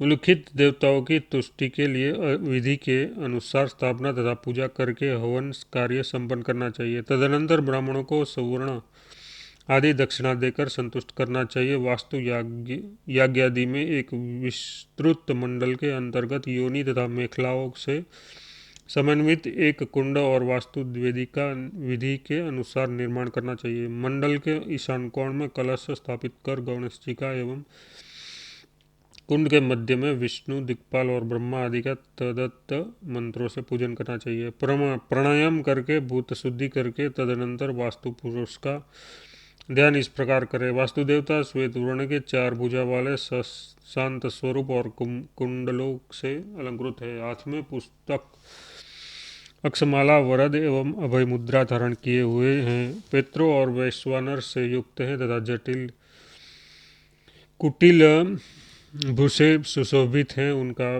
मुख भयंकर है, हाथ जानु पर्यंत लंबे हैं। ऐसे वास्तु पुरुष का विधि के अनुसार पूजन कर उन्हें स्नान कराइए। वास्पोत्ते ये वास्तु देवता के पूजन का मुख्य मंत्र हैं। पूजा की जितनी सामग्री है उसे प्रोक्षण द्वारा शुद्ध कर ले। आसन की शुद्धि कर गणेश, सूर्य, इंद्र और आराध्य शक्ति रूप पृथ्वी तथा ब्रह्मा का पूजन करे। तदनंतर हाथ में श्वेत चंदन युक्त श्वेत पुष्प लेकर विष्णु रूप वास्तु पुरुष का ध्यान कर उन्हें आसन, पाद्य, अर्घ्य, मधुपर्क आदि प्रदान करे और विविध उपचारों से उनकी पूजा करे। विद्वान पुरुष ब्राह्मणों को चाहिए कि कुंड वास्तुदेवी के मध्य में कलश की स्थापना करे। कलश में पर्वत के शिखर, गजशाला, वाल्मीकि नदी संगम, राजद्वार, चौराहे तथा कुश के मूल की 7 प्रकार की मिट्टी छोड़े। साथ ही उसमें इंद्रवल्ली मतलब पारिजात, विष्णुकांता मतलब कृष्ण शंख पुष्पी, अमृति मतलब आमल की, त्रपुष्प मतलब सी खीरा, मालती, चंपक तथा उर्वारुक मतलब ककड़ी, इन वनस्पतियों को छोड़े। पारिभद्र मतलब नीम के पत्तों से कलश के कंठ का परिवेष्टन करे और कलश के मुख में फणाकार रूप में पज पंच पल्लवों की स्थापना करे। उसके ऊपर श्रीफल, बीजपुर, नारियल, दाड़िम, धात्री तथा जम्बुन फल रखे। कलश में सुवर्णादि पंचरत्न छोड़े।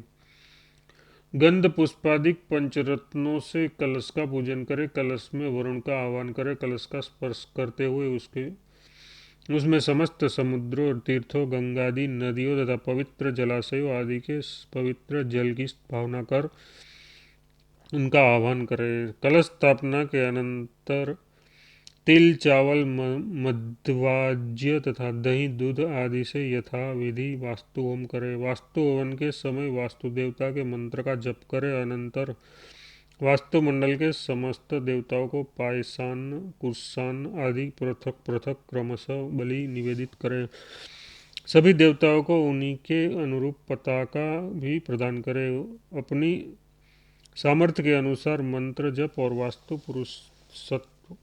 वास्तु पुरुषत्व का पाठ करे। भगवान शंकर के भगवान विष्णु रूप वास्तुस्पति की इस स्तुति को कहा है। उसको जो प्रयत्न पूर्वक निरंतर पाठ करता है उसे अमरता प्राप्त हो जाती है।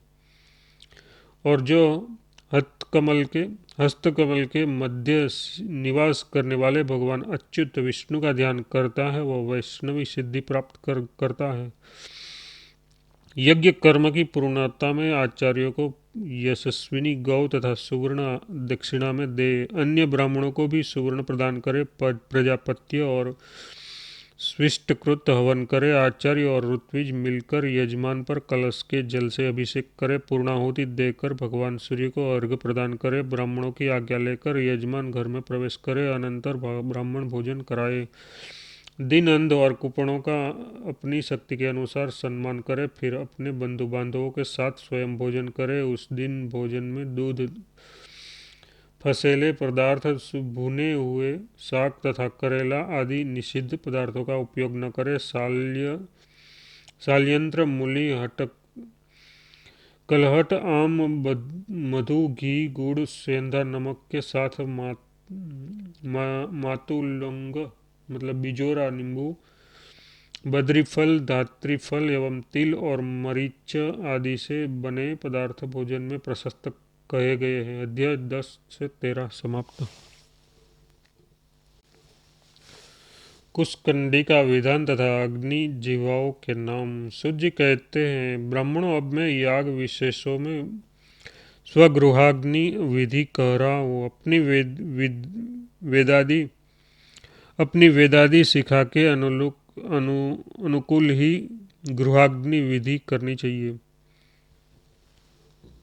दूसरे की शाखा के विधान से याग विशेषों का अनुष्ठान करने पर भय की प्राप्ति होती है और कीर्ति का नाश होता है। पुत्र, कन्या और आगे उत्पन्न होने वाले पुत्रादि गृहनाम से कहे जाते हैं। यजमान के जितने दायाद होते हैं वे सब गृहनाम से कहे जाते हैं। उसके संस्कार, याग और शांति कर्म क्रियाओं में अपने गृहाग्नि से ही अनुष्ठान करना चाहिए। आचार्य द्वारा विहित कल्प को दक्ष स्मृति में कहा गया है। आचार्य इन कर्मों में 3 कुशाओं का परिग्रहण करता है। जिन मंत्रों से कुशा ग्रहण करता है उसके ऋषि दक्ष, जयति छंद और विष्णु देवता है। पृथ्वी के शोधन में बुरसी इन मंत्रों का विनियोग करे। इस मंत्र के ऋषि सुवर्ण हैं। गायत्री और जगति छंद तथा सूर्य देवता है। अनंतर उन 3 कुशाओं को तर्जनी तथा अंगूठे से पकड़कर ईशान कोण से लेकर दक्षिण होते हुए ईशान कोण तक वलयाकृति में घुमाए तथा उससे भूमि का मार्जन करे। यही परिसमूहन क्रिया है। माँ नास्तों के इस मंत्र के द्वारा गोमय से भूमि का उपलेपन करें। तदनंतर खैर की लकड़ी से बने स्पैक के द्वारा रेखाकरण करें। पूर्व से पश्चिम की ओर 3 रेखाएं खींचे। पहली रेखा दक्षिण की ओर अनंतर उत्तर की ओर बढ़े। उसके विपरीत करने पर अमंगल होता है। इसके बाद अंगुष्ठ तथा अनामिका से इन तीनों रेखाओं से मिट्टी निकाले। उसे उद्वरण कहा जाता है। इस समय मित्रावरुणोव्याय इत्यादि मंत्रों का स्मरण करें। अनंतर कुश पुष्पोदक अथवा पंचगव्य या पंचरत्नोदक अथवा पंचपल्लवों के जल से अभिसिंचन करे। अनंतर कर्म साधनभूत लौकिक स्मार्त तथा स्रोताग्नि का आनयन करे और अपने सामने स्थापित करे। इस क्रिया में मैं गृहामी इस मंत्र का पाठ करे। कव्यादमग्नि इस मंत्र का उच्चारण करते हुए लाई गई अग्नि में से कुछ आग दक्षिण दिशा की ओर फेंक दे। यह क्रव्याग्नि कही गई है। कव्याग्नि का ग्रहण न करे। संसरक से इस मंत्र से उस अग्नि का आह्वान करे। तदनंतर वैश्वानर इस मंत्र से कुंड आदि में अग्नि स्थापित करे।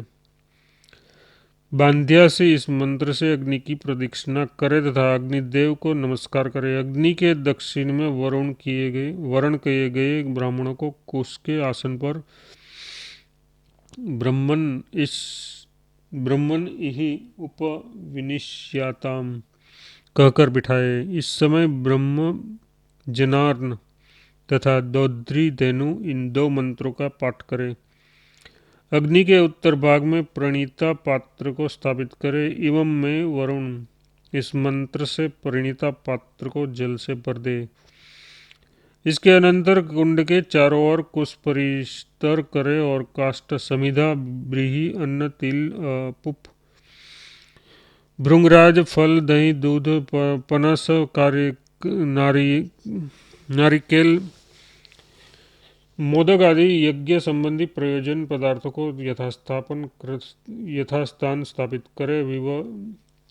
विकंकत वृक्ष की लकड़ी से बनी श्रुवा तथा समीपत्र चरुस्थाली आदि भी स्थापित करे। प्रणीता पात्र का स्पर्श होम काल में नहीं करना चाहिए। स्नान कुंभ को यज्ञ पर्यंत स्थिर रखना चाहिए। प्रादेश मात्र के 2 पवित्रक बनाकर प्रोक्षणी पात्र में स्थापित करें। प्रणीता पात्र के जल से प्रोक्षणी पात्र में 3 बार जल डालें। प्रोक्षणी पात्र को बाएं हाथ में रखकर मध्यमा तथा अंगुष्ठ से पवित्रक ग्रहण कर पवित्र लेते। इन मंत्र से 3 बार जल छिड़के स्थापित पदार्थों का प्रोक्षण करें और प्रोक्षणी पात्र को प्रणीता पात्र के दक्षिण भाग में यथास्थान रख दे। प्रादेश मात्र के अनंतर में आज्यस्थाली रखे घी को अग्नि में तपाए घी में अपद्रव्यों का निरसन करे। इसके बाद परग्निकरण करे। एक जलते हुए आग के अंगारों को लेकर आज्यस्थाली और चरुस्थाली के ऊपर प्रक्षण कराए। इस समय कुलायिनी इन मंत्र का पाठ करे। अनंतर श्रुवा को दाएं हाथ में ग्रहण कर अग्नि पर तपाए। जब समार्जन कुशाओं से श्रुवाओं को मूल से अग्रभाग की ओर समार्जित करे। इसके बाद प्रणीता के जल से 3 बार प्रोक्षण करे। पुनः श्रुवा को आग पर तपाए और प्रोक्षणी के उत्तर की ओर रख दे। आज्य पात्र को सामने रख ले। पवित्री से घी का 3 बार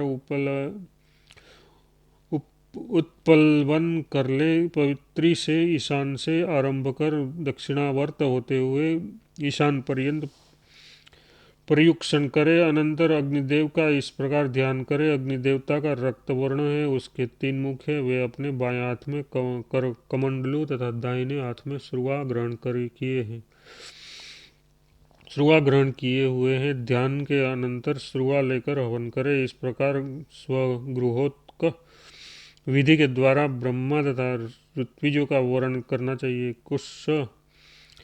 कुशकंडी का कर्म करके अग्नि का पूजन करे। आधार आज्य भाग महाव्याहित प्रायश्चित प्रजापत्य तथा स्वीकृत हवन करे। प्रजापति और इंद्र के निमित्त दी गई आहुतियाँ आधार संज्ञक है। अग्नि और सोम के निमित्त दी जाने वाली आहुतियाँ आज्य भाग कहलाती हैं। भूर्भुवः स्वः ये 3 महाव्याहतियाँ हैं।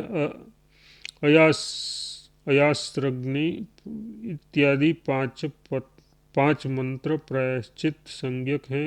एक प्राजापत्य आहुति तथा एक स्वीकृत आहुति। इस प्रकार होम में 14 आहुतियाँ नित्य संज्ञक है। इस प्रकार 14 आहुत्यात्मक हवन कर कर्म निमित्त देवताओं का उपदेश कर प्रधान हवन करना चाहिए। अग्नि की 7 जीवा कही गई है। इनके नाम इस प्रकार हैं: एक हिरण्या, दूसरी कनका, तीसरी रक्ता, चौथी आरक्ता, 5वीं सुप्रभा, 6ठी बहुरूपा तथा 7वीं सती। इन जीवा अग्नियों की ध्यान करने से संपूर्ण फल की प्राप्ति होती है। अध्याय 14 से 16 समाप्त। अधिवासन कर्म एवं यज्ञ कर्म में उपयोग्य उत्तम ब्राह्मण तथा धर्म देवता का स्वरूप। सूत जी कहते हैं, ब्राह्मणों देव प्रतिष्ठा के पहले दिन देवताओं का अधिवासन करना चाहिए और विधि के अनुसार अधिवासन के पदार्थ धान्य आदि की प्रतिष्ठा कर युप आदि को भी स्थापित कर लेना चाहिए। कलश के ऊपर गणेश जी की स्थापना कर दिक्पाल और ग्रहों का पूजन करना चाहिए। कड़ांग तथा उदान की प्रतिष्ठा में प्रधान रूप से ब्रह्मा की शांति योग में तथा प्रयाग में वरुण की शैव प्रतिष्ठा में शिव की और सोम सूर्य तथा विष्णु एवं अन्य देवताओं का भी पाद्य अर्घ आदि से अर्चन करना चाहिए। द्रुपदादि इन मंत्रों से पहले प्रतिमा को स्नान कराए। स्नान के अनंतर मंत्रों द्वारा गंध पुष्प फल दूर्वा सिंदूर चंदन सुगंधित तैल पुष्प धूप दीप अक्षत वस्त्र आदि उपचारों से पूजन करे। मंडप के अंदर प्रधान देवता का आह्वान करे और उसी में अधिवासन करे। सुरक्षा कर्मियों द्वारा इस स्थान की सुरक्षा करवाए। तदनंतर आचार्य यजमान और ऋत्विक मधुर पदार्थों का भोजन करे। बिना अधिवासन कर्म संपन्न किए दिए देव प्रतिष्ठा का कोई फल नहीं होता। नित्य नैमित्तिक अथवा काम्य कर्मों में विधि के अनुसार कुंड मंडप की रचना कर हवन कार्य करना चाहिए। ब्राह्मणों यज्ञ कार्य में अनुष्ठान के प्रमाण से 8 होता, 8 द्वारपाल और 8 याजक ब्राह्मण होने चाहिए। ये सभी ब्राह्मण शुद्ध पवित्र तथा उत्तम लक्षणों से संपन्न देव मंत्रों में पारंगत होने चाहिए। एक जप करने वाले जापक का भी वर्ण करना चाहिए। ब्राह्मणों की गंध माल्य वस्त्र तथा दक्षिणा आदि के द्वारा विधि के अनुसार पूजा करनी चाहिए। उत्तम सर्वलक्षण संपन्न तथा विद्वान ब्राह्मण न मिलने पर किए गए यज्ञ का उत्तम फल प्राप्त नहीं होता। ब्राह्मण वर्ण के समय गोत्रों और नाम का निर्देश करे। तो तुला पुरुष के दान में, सुवर्ण पर्वत के दान में, वर्षोत्सव में एवं कन्यादान में गोत्र के साथ प्रवर का भी उच्चारण करना चाहिए। मृत भार्या वाला कुपन, शूद्र के घर में निवास करने वाला बोना, कुशलीपति, बंधु द्वेषी, गुरुद्वेषी, स्त्री द्वेषी, हीनांग, अधिकांग, भगदंत, दाम्भिक, प्रतिग्रही, कुनखी, व्यभिचारी, कुष्ठी, निद्रालु, व्यसनी, अदीक्षित, महावर्णी, अपुत्र तथा केवल अपना ही भरण पोषण करने वाला, ये सब यज्ञ के पात्र नहीं है। ब्राह्मणों के वर्ण एवं पूजन के मंत्रों के भाव इस प्रकार हैं। आचार्य देव, आप ब्रह्मा की मूर्ति है, इस संसार से मेरी रक्षा करे। गुरु, आपके प्रसाद से ही यज्ञ करने का सुअवसर मुझे प्राप्त हुआ है। चिरकाल तक मेरी कीर्ति बनी रहे। आप मुझ पर प्रसन्न होए, जिससे मैं यह कार्य सिद्ध कर सकूं। आप सब भूतों के आदि हैं, संसार रूपी समुद्र से पार लगाने वाले हैं, ज्ञान रूपी अमृत के आप आचार्य हैं। आप यजुर्वेद स्वरूप हैं, आपको नमस्कार है। ऋत्विक गणों, आप षडंग देवता के ज्ञाता हैं, आप हमारे लिए मोक्षप्रद हो। मंडल में प्रवेश करके इस उन ब्राह्मणों को अपने अपने स्थानों पर क्रमशः आदर से बैठाइए। वेदी के पश्चिम भाग में आचार्य को बैठाइए। कुंड के अग्रभाग में ब्रह्मा को बिठाइए। होता द्वारपाल आदि को भी यथास्थान आसन दे। यजमान उन आचार्य आदि को संबोधित कर प्रार्थना करे कि आप सब नारायण स्वरूप है, मेरे यज्ञ को सफल बनाइए। यजुर्वेद के तथार्थ को जानने वाले ब्रह्मरूप आचार्य, आपको प्रणाम है। आप संपूर्ण यज्ञ कर्म के साक्षीभूत है। ऋग्वेदार्थ को जानने वाले ब्रह्म इंद्र रूप ब्राह्मण, आपको नमस्कार है। इस यज्ञ कर्म की सिद्धि के लिए ज्ञान रूपी मंगल मूर्ति भगवान शिव को नमस्कार है। आप सभी दिशाओं को विदिशाओं से इस यज्ञ की रक्षा करके दिक्पाल रूपी ब्राह्मणों को नमस्कार करें। व्रत देवाचरण तथा यज्ञादि कर्म संकल्प पूर्वक करने चाहिए। काम संकल्प मूलक और यज्ञ संकल्प संभूत है। संकल्प के बिना जो धर्माचरण करता है वह कोई फल नहीं प्राप्त कर सकता। गंगा, सूर्य, चंद्र, दो भूमि, रात्रि, दिन, सूर्य, सोम, यम, काल, पंच महाभूत, ये सब शुभाशुभ कर्म के साक्षी हैं। अतः एवं विचारवान मनुष्य को शुभ अशुभ कर्मों से वितरण हो धर्म का आचरण करना चाहिए। धर्मदेव शुभ शरीर वाले एवं श्वेत वस्त्र धारण करते हैं। वृष स्वरूपीय देव धर्मदेव अपने दोनों हाथों में वरद और अभय मुद्रा धारण किए हैं। ये सभी प्राणियों को सुख देते हैं और सज्जनों के लिए एकमात्र मोक्ष के कारण है। इस प्रकार के स्वरूप वाले भगवान धर्मदेव सत्पुरुषों के लिए कल्याणकारी हो तथा सदा सबकी रक्षा करे। अध्याय 17 और 18 समाप्त। प्रतिष्ठा, मुहूर्त एवं जलाशय आदि की प्रतिष्ठा विधि। सूर्य कहते हैं ब्राह्मणों ऋषियों ने देवता आदि की प्रतिष्ठा में माघ, फाल्गुन आदि 6 मास नियत बताए। जब तक भगवान विष्णु शयन नहीं करते तब तक प्रतिष्ठा आदि कार्य करने चाहिए। शुक्र, गुरु, बुध तथा सोम ये 4 बार शुभ है। जिस लग्न में शुभ ग्रह स्थित हो एवं शुभ ग्रहों की दृष्टि पड़ती हो उस लग्न में प्रतिष्ठा करनी चाहिए। तिथियों में द्वितीया, तृतीया, पंचमी, सप्तमी, दशमी, त्रयोदशी तथा पूर्णिमा तिथियां उत्तम है। प्राण प्रतिष्ठा एवं जलाशय आदि कार्य प्रशस्त शुभ मुहूर्त में ही करने चाहिए। देव प्रतिष्ठा और बड़े याग में 16 हाथ का एवं 4 हाथ द्वारों से युक्त मंडप का निर्माण करके उसके दिशा विदिशाओं में शुभ्र ध्वजाएं फरकानी चाहिए। पाकड़, गुग्गल, पीपल तथा बगदर के तोरण चारों द्वारों पर पूर्वादि क्रम में बनाए। मंडप को मालाओं आदि से अलंकृत करें।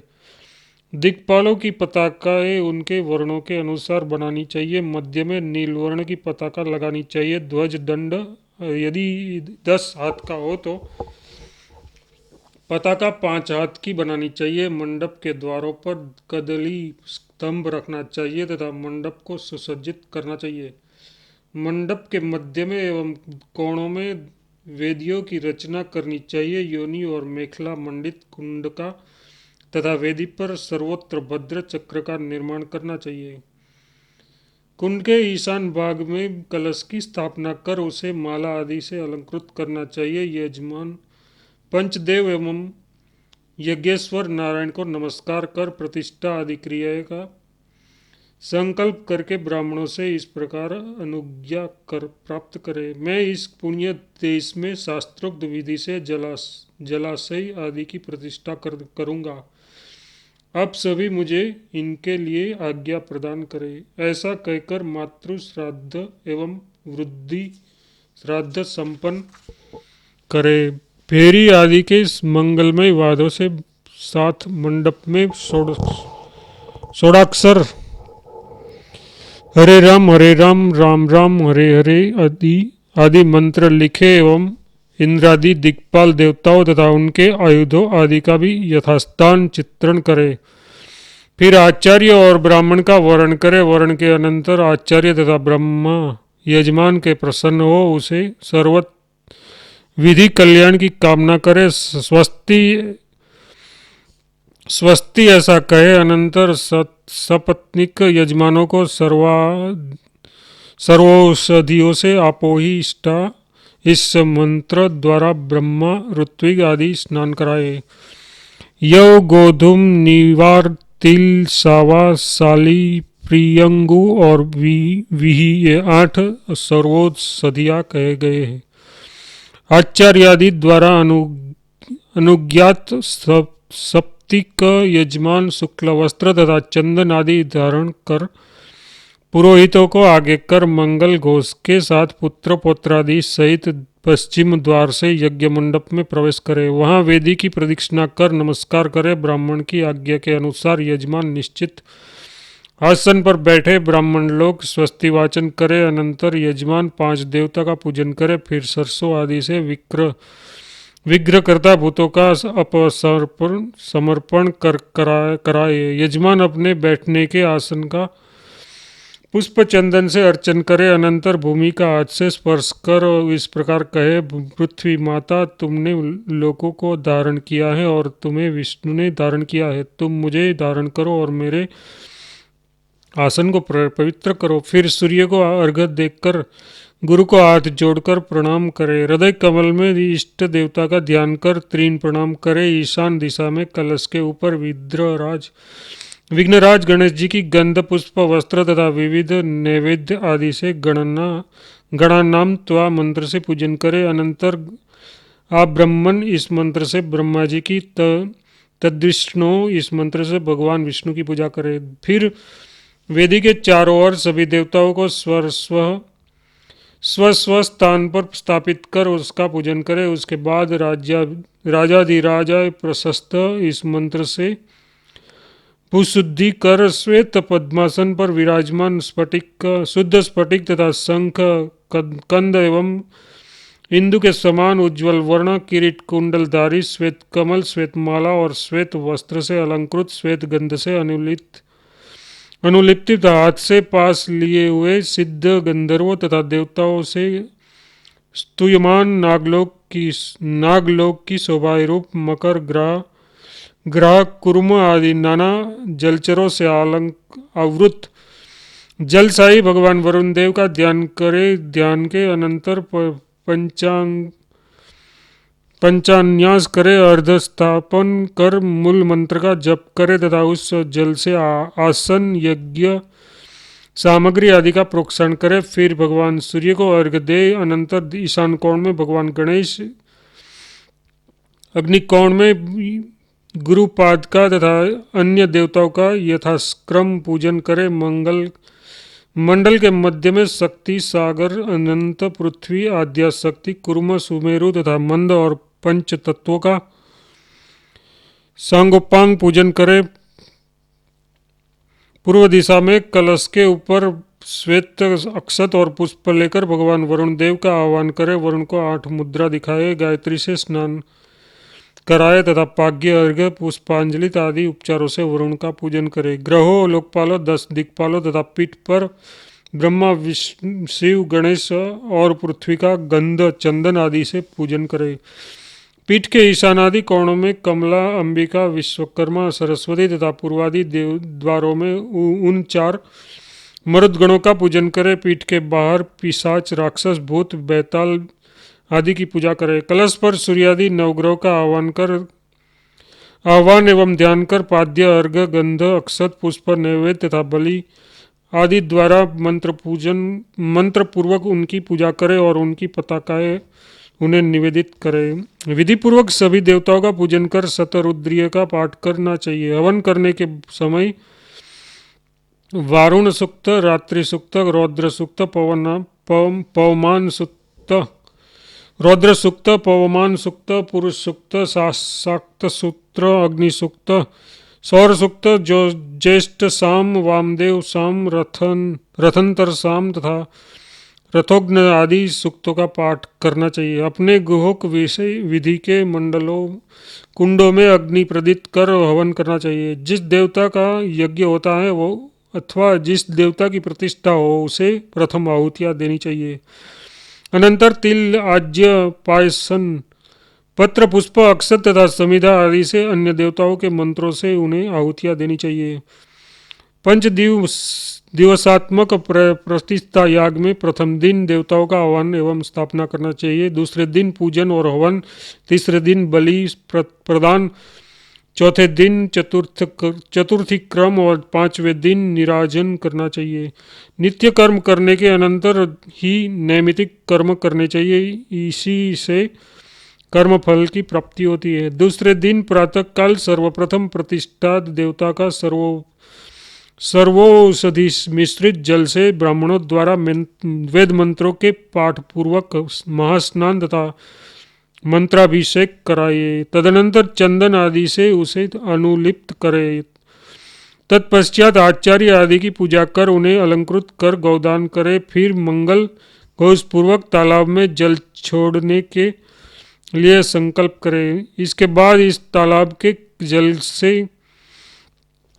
के जल में नागयुक्त वरुण, मकर, कच्छप आदि की अलंकृत प्रतिमाएं छोड़े। वरुण देव की विशेष रूप से पूजा कर उन्हें अर्घ्य निवेदित करे। पुनः उसी तालाब के जल, सप्तमृतिका मिश्रित जल, तीर्थ जल, पंचामृत, कुशोदक तथा पुष्प जल आदि से वरुण देवता को स्नान कराकर गंध पुष्प, धूप दीप नैवेद्य आदि प्रदान करे। सभी देवताओं को बलि प्रदान करे। मंगल घोष के साथ निराजन कर प्रदक्षिणा करे। उस एक वेदी पर भगवान वरुण तथा पुष्करणी देवी की यथाशक्ति स्वर्ण आदि की प्रतिमा बनाकर भगवान वरुण देव के साथ देवी पुष्करणी का विवाह कराकर उन्हें वरुण देव के लिए निवेदित कर दे। एक काष्ठ का यूप जो यजमान की ऊंचाई के बराबर हो उसे अलंकृत कर तड़ांग के ईशान दिशा में मंत्रपूर्वक गाड़ कर स्थित कर दे। प्रसाद के ईशान कोण में पाया के दक्षिण भाग में तथा आवासन के मध्य में यूप गाड़ना चाहिए। इसके अनंतर दिक्पालों को बलि प्रदान करे, ब्राह्मणों को भोजन एवं दक्षिणा प्रदान करे। उस तड़ांग के जल के मध्य में जल मातृभ्यो नमः ऐसा कहकर जल मातृकाओं का पूजन करे और मातृकाओं से प्रार्थना करे कि मातृका देवियों, तीन लोगों के चराचर प्राणियों की संतुष्टि के लिए यह जल मेरे द्वारा छोड़ा गया है। इस जल संसार के लिए आनंददायक हो, इस जलाशय की आप लोग रक्षा करें। ऐसी ही मंगल प्रार्थना भगवान वरुण देव से भी करे। अनंतर वरुण देव को बिंब पद्म तथा नाग मुद्राएं दिखाए। ब्राह्मणों को उस जलाशय का जल भी दक्षिणा के रूप में प्रदान करे। अनंतर तर्पण कर अग्नि की प्रार्थना करे, स्वयं भी उस जल का पान करे, पितरों को अर्घ्य प्रदान करे। अनंतर पुनः वरुण देव की प्रार्थना कर जलाशय की प्रदक्षिणा करे। फिर ब्राह्मणों द्वारा वेद ध्वनियों के उच्चारण पूर्वक यजमान अपने घर में प्रवेश करे और ब्राह्मणों दिनों अंधों, कुपणों तथा कुमारिकाओं को भोजन कराकर संतुष्ट करे एवं भगवान सूर्य को अर्घ्य प्रदान करे। अध्याय 19-21 समाप्त।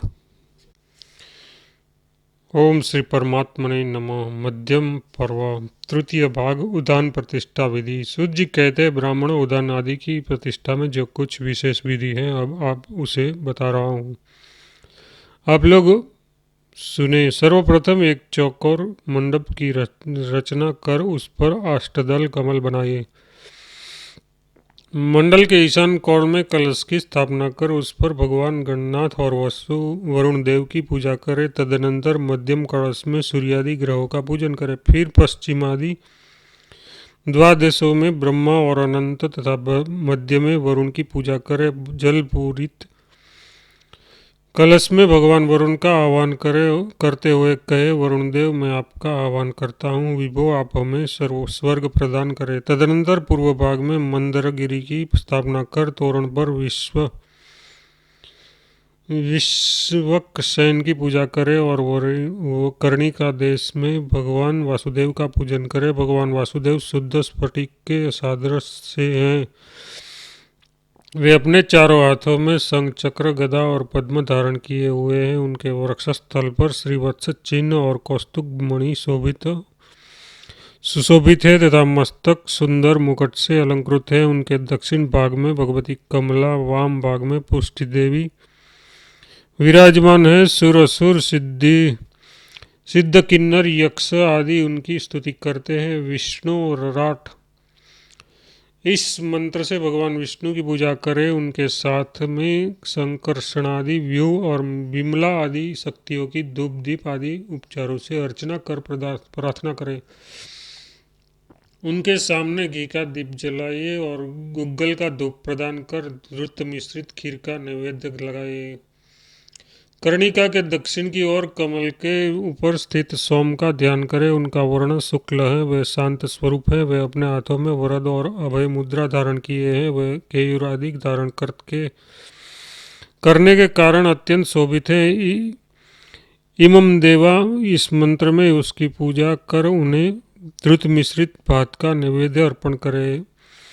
पूर्व आदि दिशाओं में इंद्र, जयंत, आकाश, वरुण, अग्नि, ईशान, तत्पुरुष तथा वायु की पूजा करें। कर्णिका के वाम भाग में शुक्ल वर्ण वाले महादेव का त्र्यंबकम इस मंत्र से पूजन कर नैवेद्य आदि प्रदान करें। भगवान वासुदेव के लिए अभिषेक के 8, सोम के लिए 28 तथा शिव के लिए 2 खीर की आहुतियां दे। गणेश जी को घी की 1 आहुति दे। ब्रह्मा एवं वरुण के लिए 1 आहुति और ग्रहों एवं दिक्पालों के लिए विहित समिधियों तथा घी से 1 आहुतियां दे। अग्नि की 7 जिह्वाओं कराली, धूमली, श्वेता, लोहिता, स्वर्णप्रभा, अतिरिक्ता और पद्मरागा को भी मंत्रों से द्रुत एवं मधु मिश्रित हविष्यान द्वारा 1 आहुति प्रदान करें। इसी प्रकार अग्नि, सोम, इंद्र, पृथ्वी और अंतरिक्ष के निमित्त मधु और क्षीर युक्त यवों से 1 आहुतियां प्रदान करें। फिर गंध पुष्प आदि से उनकी पृथक पृथक पूजा करके रुद्र सूक्त तथा सौर सूक्त का जप करें। अनंतर युग को भली भांति स्नान कराकर और उसका मार्जन कर उसे उद्यान के मध्य भाग में गाड़ दे। युग के प्रांत भाग में सोम तथा वनस्पति के लिए ध्वजाओं को लगा दे।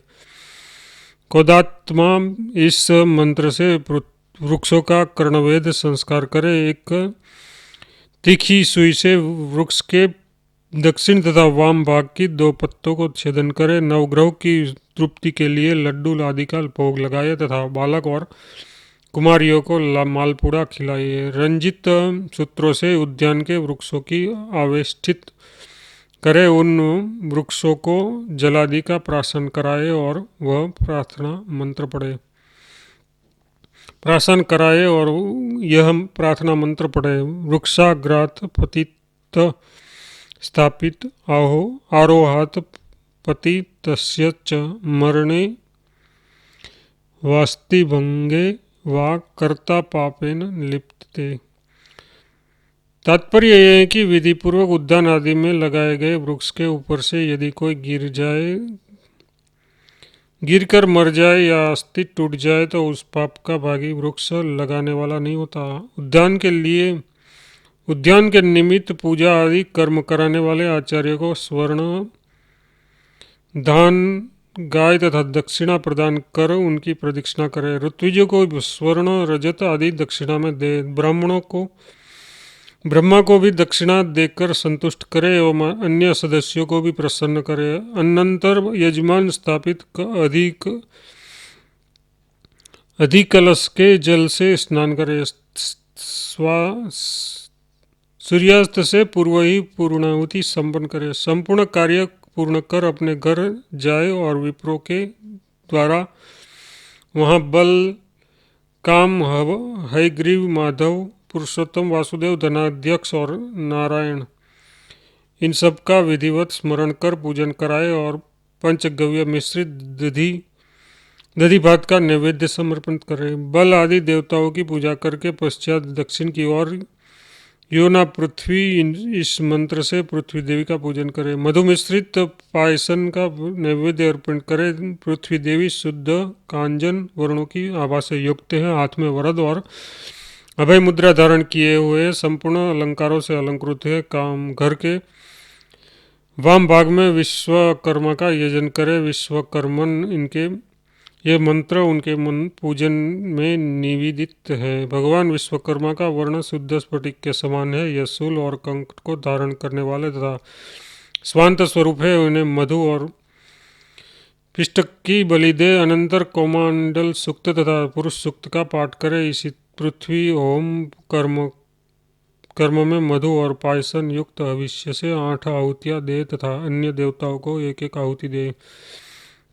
उद्यान के चारों ओर अथवा बीच बीच में उद्यान की रक्षा के लिए मेड़ों का निर्माण करे, जिन्हें धर्म सेतु कहा जाता है। उद्यान की दृढ़ता के लिए विशेष प्रबंध करे।